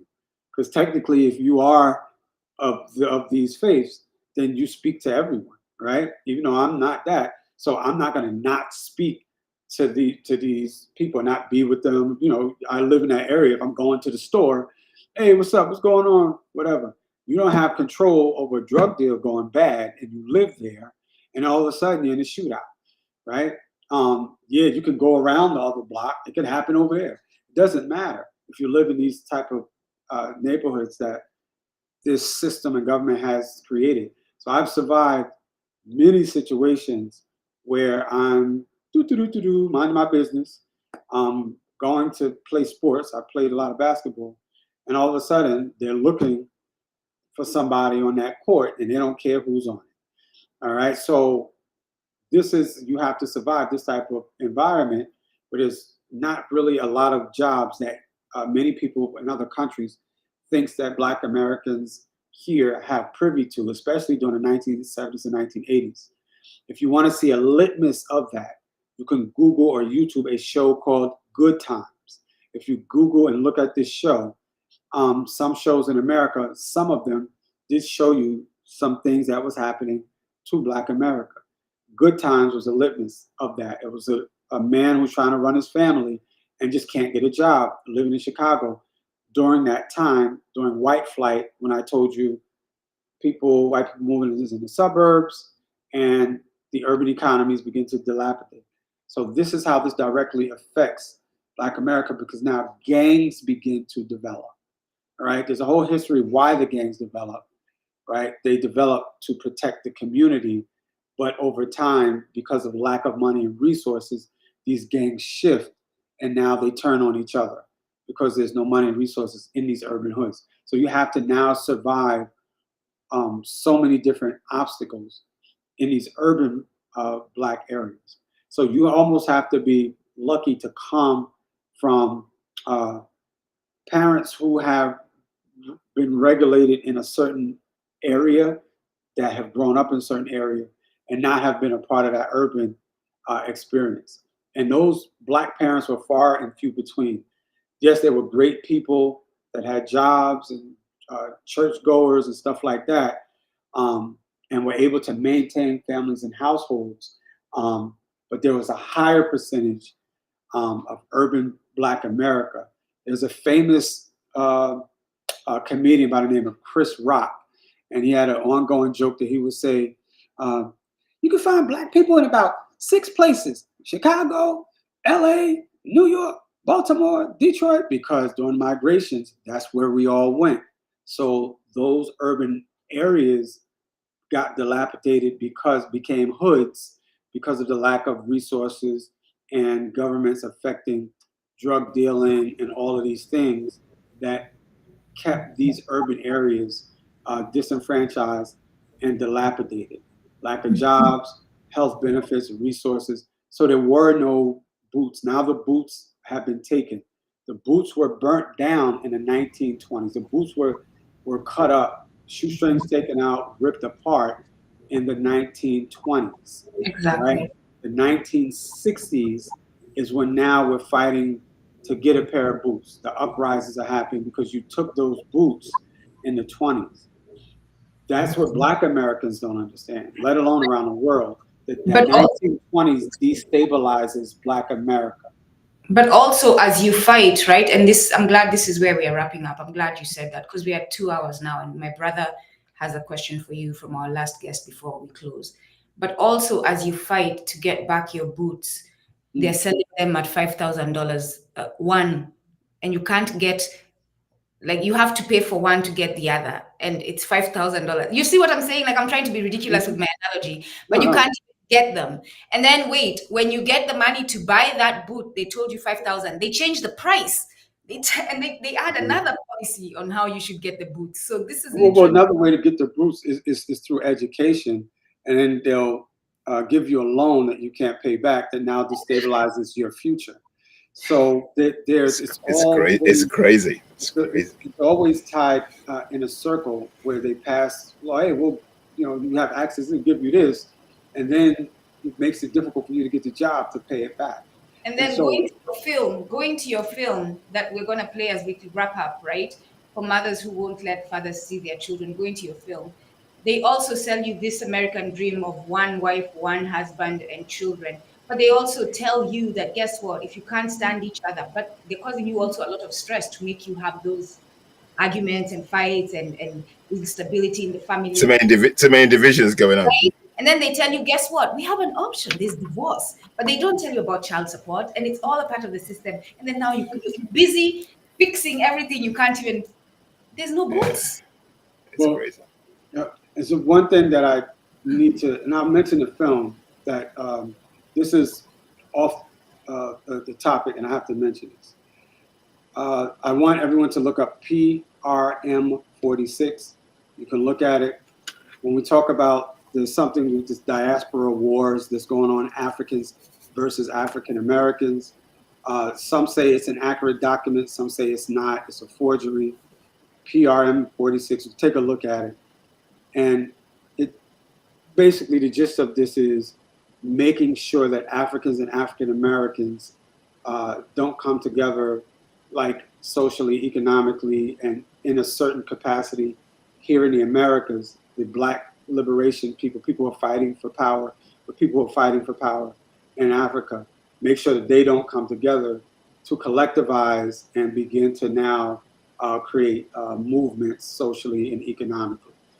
So please look that up because there's also a movement there's been a movement to undermine making sure Africans and African Americans don't align a certain way mentally, socially, spiritually, and psychologically to move collectively as a movement. But going back to the film, for people that may not know, I'm also a filmmaker and worked on a couple of films. The current film is what Nduku was talking about. It's titled For Mothers Who Won't Let Fathers See Their Children, and deals with kind of laws and structures of kind of women understanding that they have a safety net to kind of push the man out of the picture. Meaning that, there are men who walked away from the families. There are men who didn't get along with the wife and they broke up, girlfriend broke up but have kids. But there's also a system put in place where the women have power and leverage within the court systems and understand it to now keep the father distance from the child, be it for emotional reasons or economic reasons. And so it's an all women's narrative talking about the importance of fathers in the household, because many times it's economic, but it's more emotional of keeping the fathers away, because many times, if they break up or don't break up, let's say the father sought out another relationship with another woman, or they broke up and he did that. It doesn't matter in this scenario. They could both went their separate ways. If the woman wants to be emotional and now go to court and do a bunch of things to destabilize the father based off of those things, she has the right to. And everyone feels and believes that the woman has a right to do that. but not necessarily the right to keep the father from the children. And that's a whole different discussion. You may have the right to divorce, separate, you don't like him, or he cheated, all those things. The woman has the right to, you know, if he wants Okay, to. don't worry. Let's just round up here. Before you go into the films, we're gonna use a film to close down the session. Yeah. I just got a question from our last guest for you. And if you can answer that, we need a question for you as well for the next guest, and then we're gonna go to the films after that. So the question from our last guest to you is: in the work that you do, how are you channeling that into love and liberation for our people and our community? So in most times, I think the films that I do, there's a film called Black Beaches I'm working on.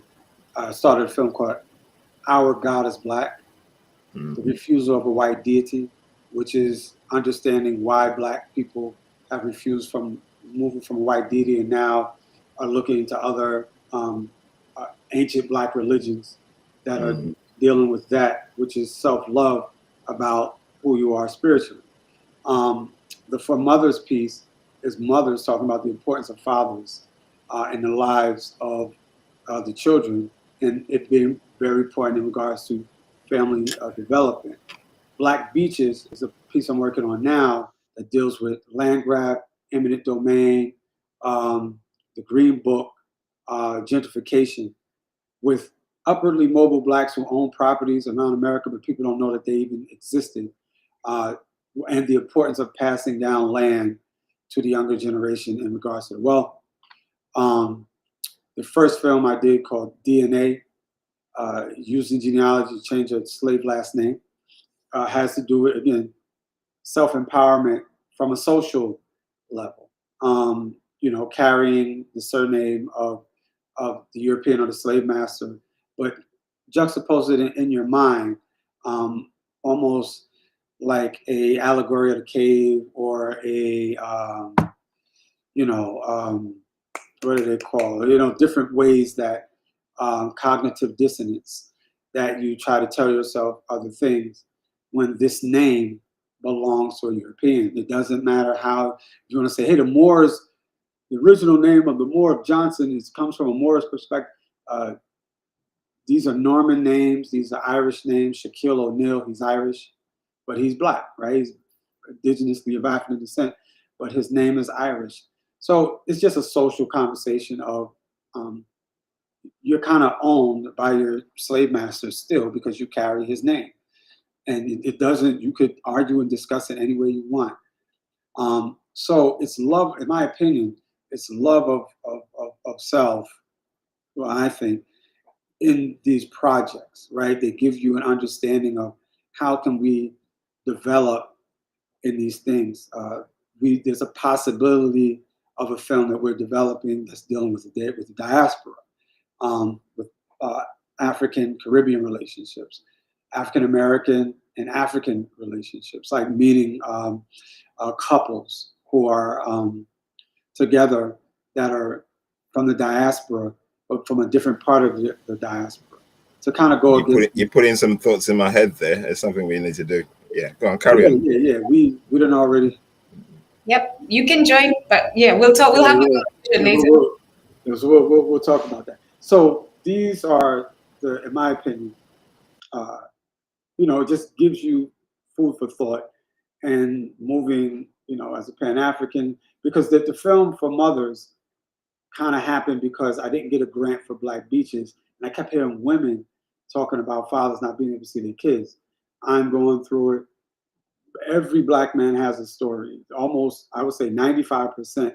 There is let's say 90%. There's 10% Black men who don't have it. Maybe it's 20%. I don't know. There's a huge amount that something happens. Let's say they cheat or move away or whatever it is, right? And or it's just they don't get along or they separate. Where they're trying to get access to the kid and can't get it, and it's minimal.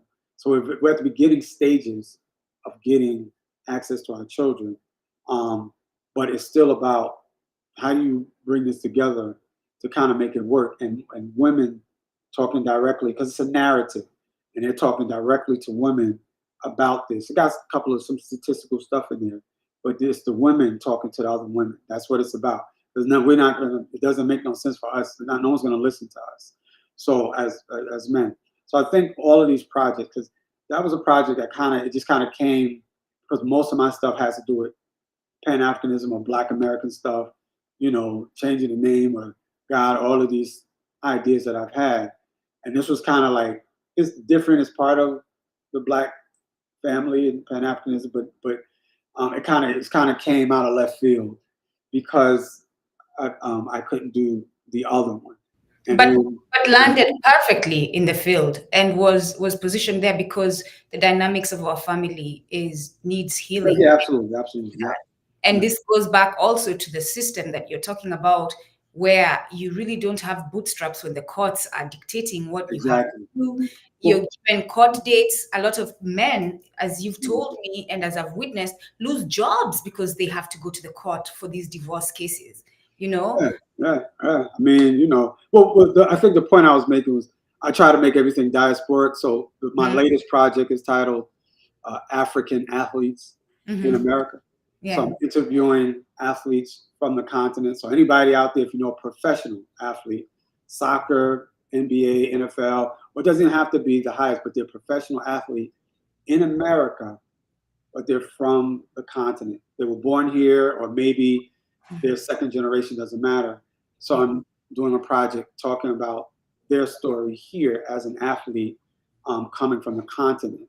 Food, culture, clothes, what they know about Black America, the bad things, the good things, how they relate or don't relate, what they like or what they don't, all of those aspects. So the Four Mothers thing, that's why I said it's not left field, but most of my focus is about the diaspora. Yeah, but as we are doing for mothers, and I'm always like holding Nware accountable, because that's, as women, that's what we're supposed to do to our Black men so that they can improve on themselves, and they're supposed to do that to us. But we find out about Penuel in South Africa, who's going through the same thing. We reach out to another friend, I forget where they were, and they say, yeah, this is a problem we're also experiencing in the continent. But say that, I'm going to say, on September 6th, Saturday, September 6th, his film has been nominated for the Newark International Film Festival. And after the streaming of his film, they're going to have him do a Q&A. So come and ask him, yo, Professor Nware, you think your film has nothing to do with African diaspora. Let's tell you, what about this and that? But just come and ask him questions about the film. It's September 6th at 1 p.m. at the Newark Museum of Art. September 6th at 1 p.m. at the Newark Museum of Art in Newark, New Jersey. And it's part of the Newark International Film Festival. Film was also in the Black Film Festival in Toronto. I can't think of the name of it. And also a Pan-African Film Festival in Cannes, France. Black Pan-African Film Festival in Cannes, France. And maybe in other film festivals. But yeah, so feel free to come to Newark Museum of Art in Newark, New Jersey, September 6th, Saturday at 1 p.m. Yeah. Right? And I think Nuri Muhammad and Nware, you can correct me, said, buy for your brother, don't buy from another, something like that. So support Black business, support Black storytellers, African Wana Ubuntu storytellers, so that we can grow our community, so that we can build the power and collective economic power that we need. Brother Oladele, it's all yours. And then I'm going to play the films as we wrap up. I want to make one quick point about the film real quick, that it's not about men who have abused women, because the first thing everyone goes to is the men do this and abuse the women and they abuse the kids. We're not talking about those brothers. All right, we talk about that. The lawyers, everyone talks about this all throughout the film. We ain't talking about the brothers that's beating up the kids and the women and drunk and on drugs and all this crazy stuff. That's not who we're talking about. We're talking about just the fathers just want to see their kids. It didn't work out, or for whatever reason, and the courts and the mother and the courts are keeping Professor, the fireman, the teacher, the one working at ShopRite who shows up to work every day and pays the bills. the driver, the Uber driver, the loyal man who loves his family, but because of, again, the challenges we have in society, and you don't have time to love on your people, and it's always fighting. And also the world is preaching that you don't have to stay with each other and work through things. This is what's happening, unfortunately. Okay, Nware, can you give me a question for our next guest, please? How are you able, through your life, how are you able to affect African liberation for people around the world, domestically and internationally, locally and around the world? Can you just repeat that again? Can you repeat it, please? All right, so how can you directly affect African liberation for your people internationally and domestically, or nationally, internationally, or locally, or and abroad? Globally. Globally, but locally and abroad. How can you affect it? Okay, perfect. Okay, before we play the films, if people want to reach to you, if you want to reach out to you, if you got the social media handles that people can actually reach out to you, obviously you got your film festivals coming up, and people need to connect and support you. So how can people reach out to you? Well, there's two. I will want to give on Instagram at Nware Films, and so that's N as in Nancy, WARE. Nware Films, yeah. ILMS at Nware Films, NWARE FILMS at Nware Films. And my Gmail is the same, but it's Nware Films LLC at Gmail. So it's NWARE FILMS LLC at Gmail. Nware Films at Gmail. Those two are I would say, to connect to me about anything, I think are the best to connect to. I have another Instagram, but I'll will share that. If you connect with me at Nware Films, and again, Nware Films LLC at Gmail are the two best ways to connect. All right. See, my man Drazy from London is here. I didn't even get a chance to look at. Peace out to Sister Sharon, Sharon, and then Sharon Rose. So there's two Sharons, right? So preparations. Yeah. All right, guys. Let's round up. Let's play the films, man. Let's play the films. Stay on, family, and just watch less than 5 minutes. And all right, Matthew, thank you. All right, I'm seeing a couple more people. All right. The film for mothers who won't let fathers see their children, an all-women's narrative, will be playing here at the Newark Museum of Art, 49 Washington Street here in Newark, New Jersey, as a part of the Newark International Film Festival, Saturday, September 6th at 1 p.m. That's Saturday, September 6th at 1 p.m. It will be free of charge. I know everyone's headed back to school, back to work, but if you have some time, please take the time to come out. You can go online at the Newark International Film Festival. You can Google it, and go to the Newark International Film Festival Eventbrite to find out also more information about other films. Go to the site or the Eventbrite. Again, 1 p.m., the Newark Museum of Art, September 6th, 49 Washington Street here in Newark, New Jersey. Peace. Anytime a system is set up that restricts or limits the ability of a group of people, in our case, Black fathers, to be limited or to be restricted in how they parent their children, that really is a civil rights issue. Outside of the stuff that we know is abuse to children, things that are just not okay. Sexual abuse, physical abuse, directly putting the kids in harm's way. But outside of those things, you gotta ask yourself, what real reasons do I have to keep this child away from their father? But regardless of that, if a father is willing, and we know that most Black fathers want to be in their children's lives, If we know that the black father is willing to be in a child's life, we shouldn't use court systems to separate us. We shouldn't use our children as tools to fight the father or become a weapon against the father. Well, we got the Super Bowl, we got Chevrolet, we got McDonald's, we got child support. You know what I'm saying? It's part of the American culture. You know, it's as simple as that. But did you, I guess what I'm saying is, we're going to get on the child support topic. Yeah. But when she started acting the same way that the first baby mama was acting, were you surprised, or were you like? I was very surprised because we came from a certain type of cultural environment. So I definitely wasn't expecting that. And so and a lot of times, and you spoke on this, I'm sorry, put the microphone, a lot of times you spoke on this, and then the attorneys also speak on this, is using a order of protection to keep the child from the kids, right? This is something that's just a normal thing, and it's not talked about. All right, y'all. From the family. Yeah, I made a mistake. Not the kids, but keep using order of protection to keep the children from the father.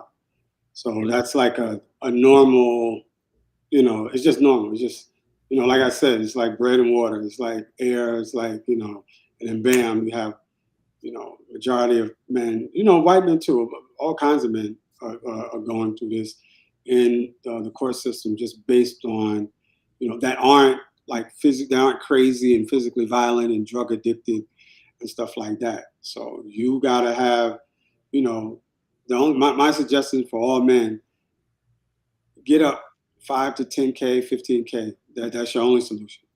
You know, maybe minimum $5,000 to $20,000 to be able to deal with that. If you don't do that, because most men like, these are my kids. Why am I going to court? These are my kids.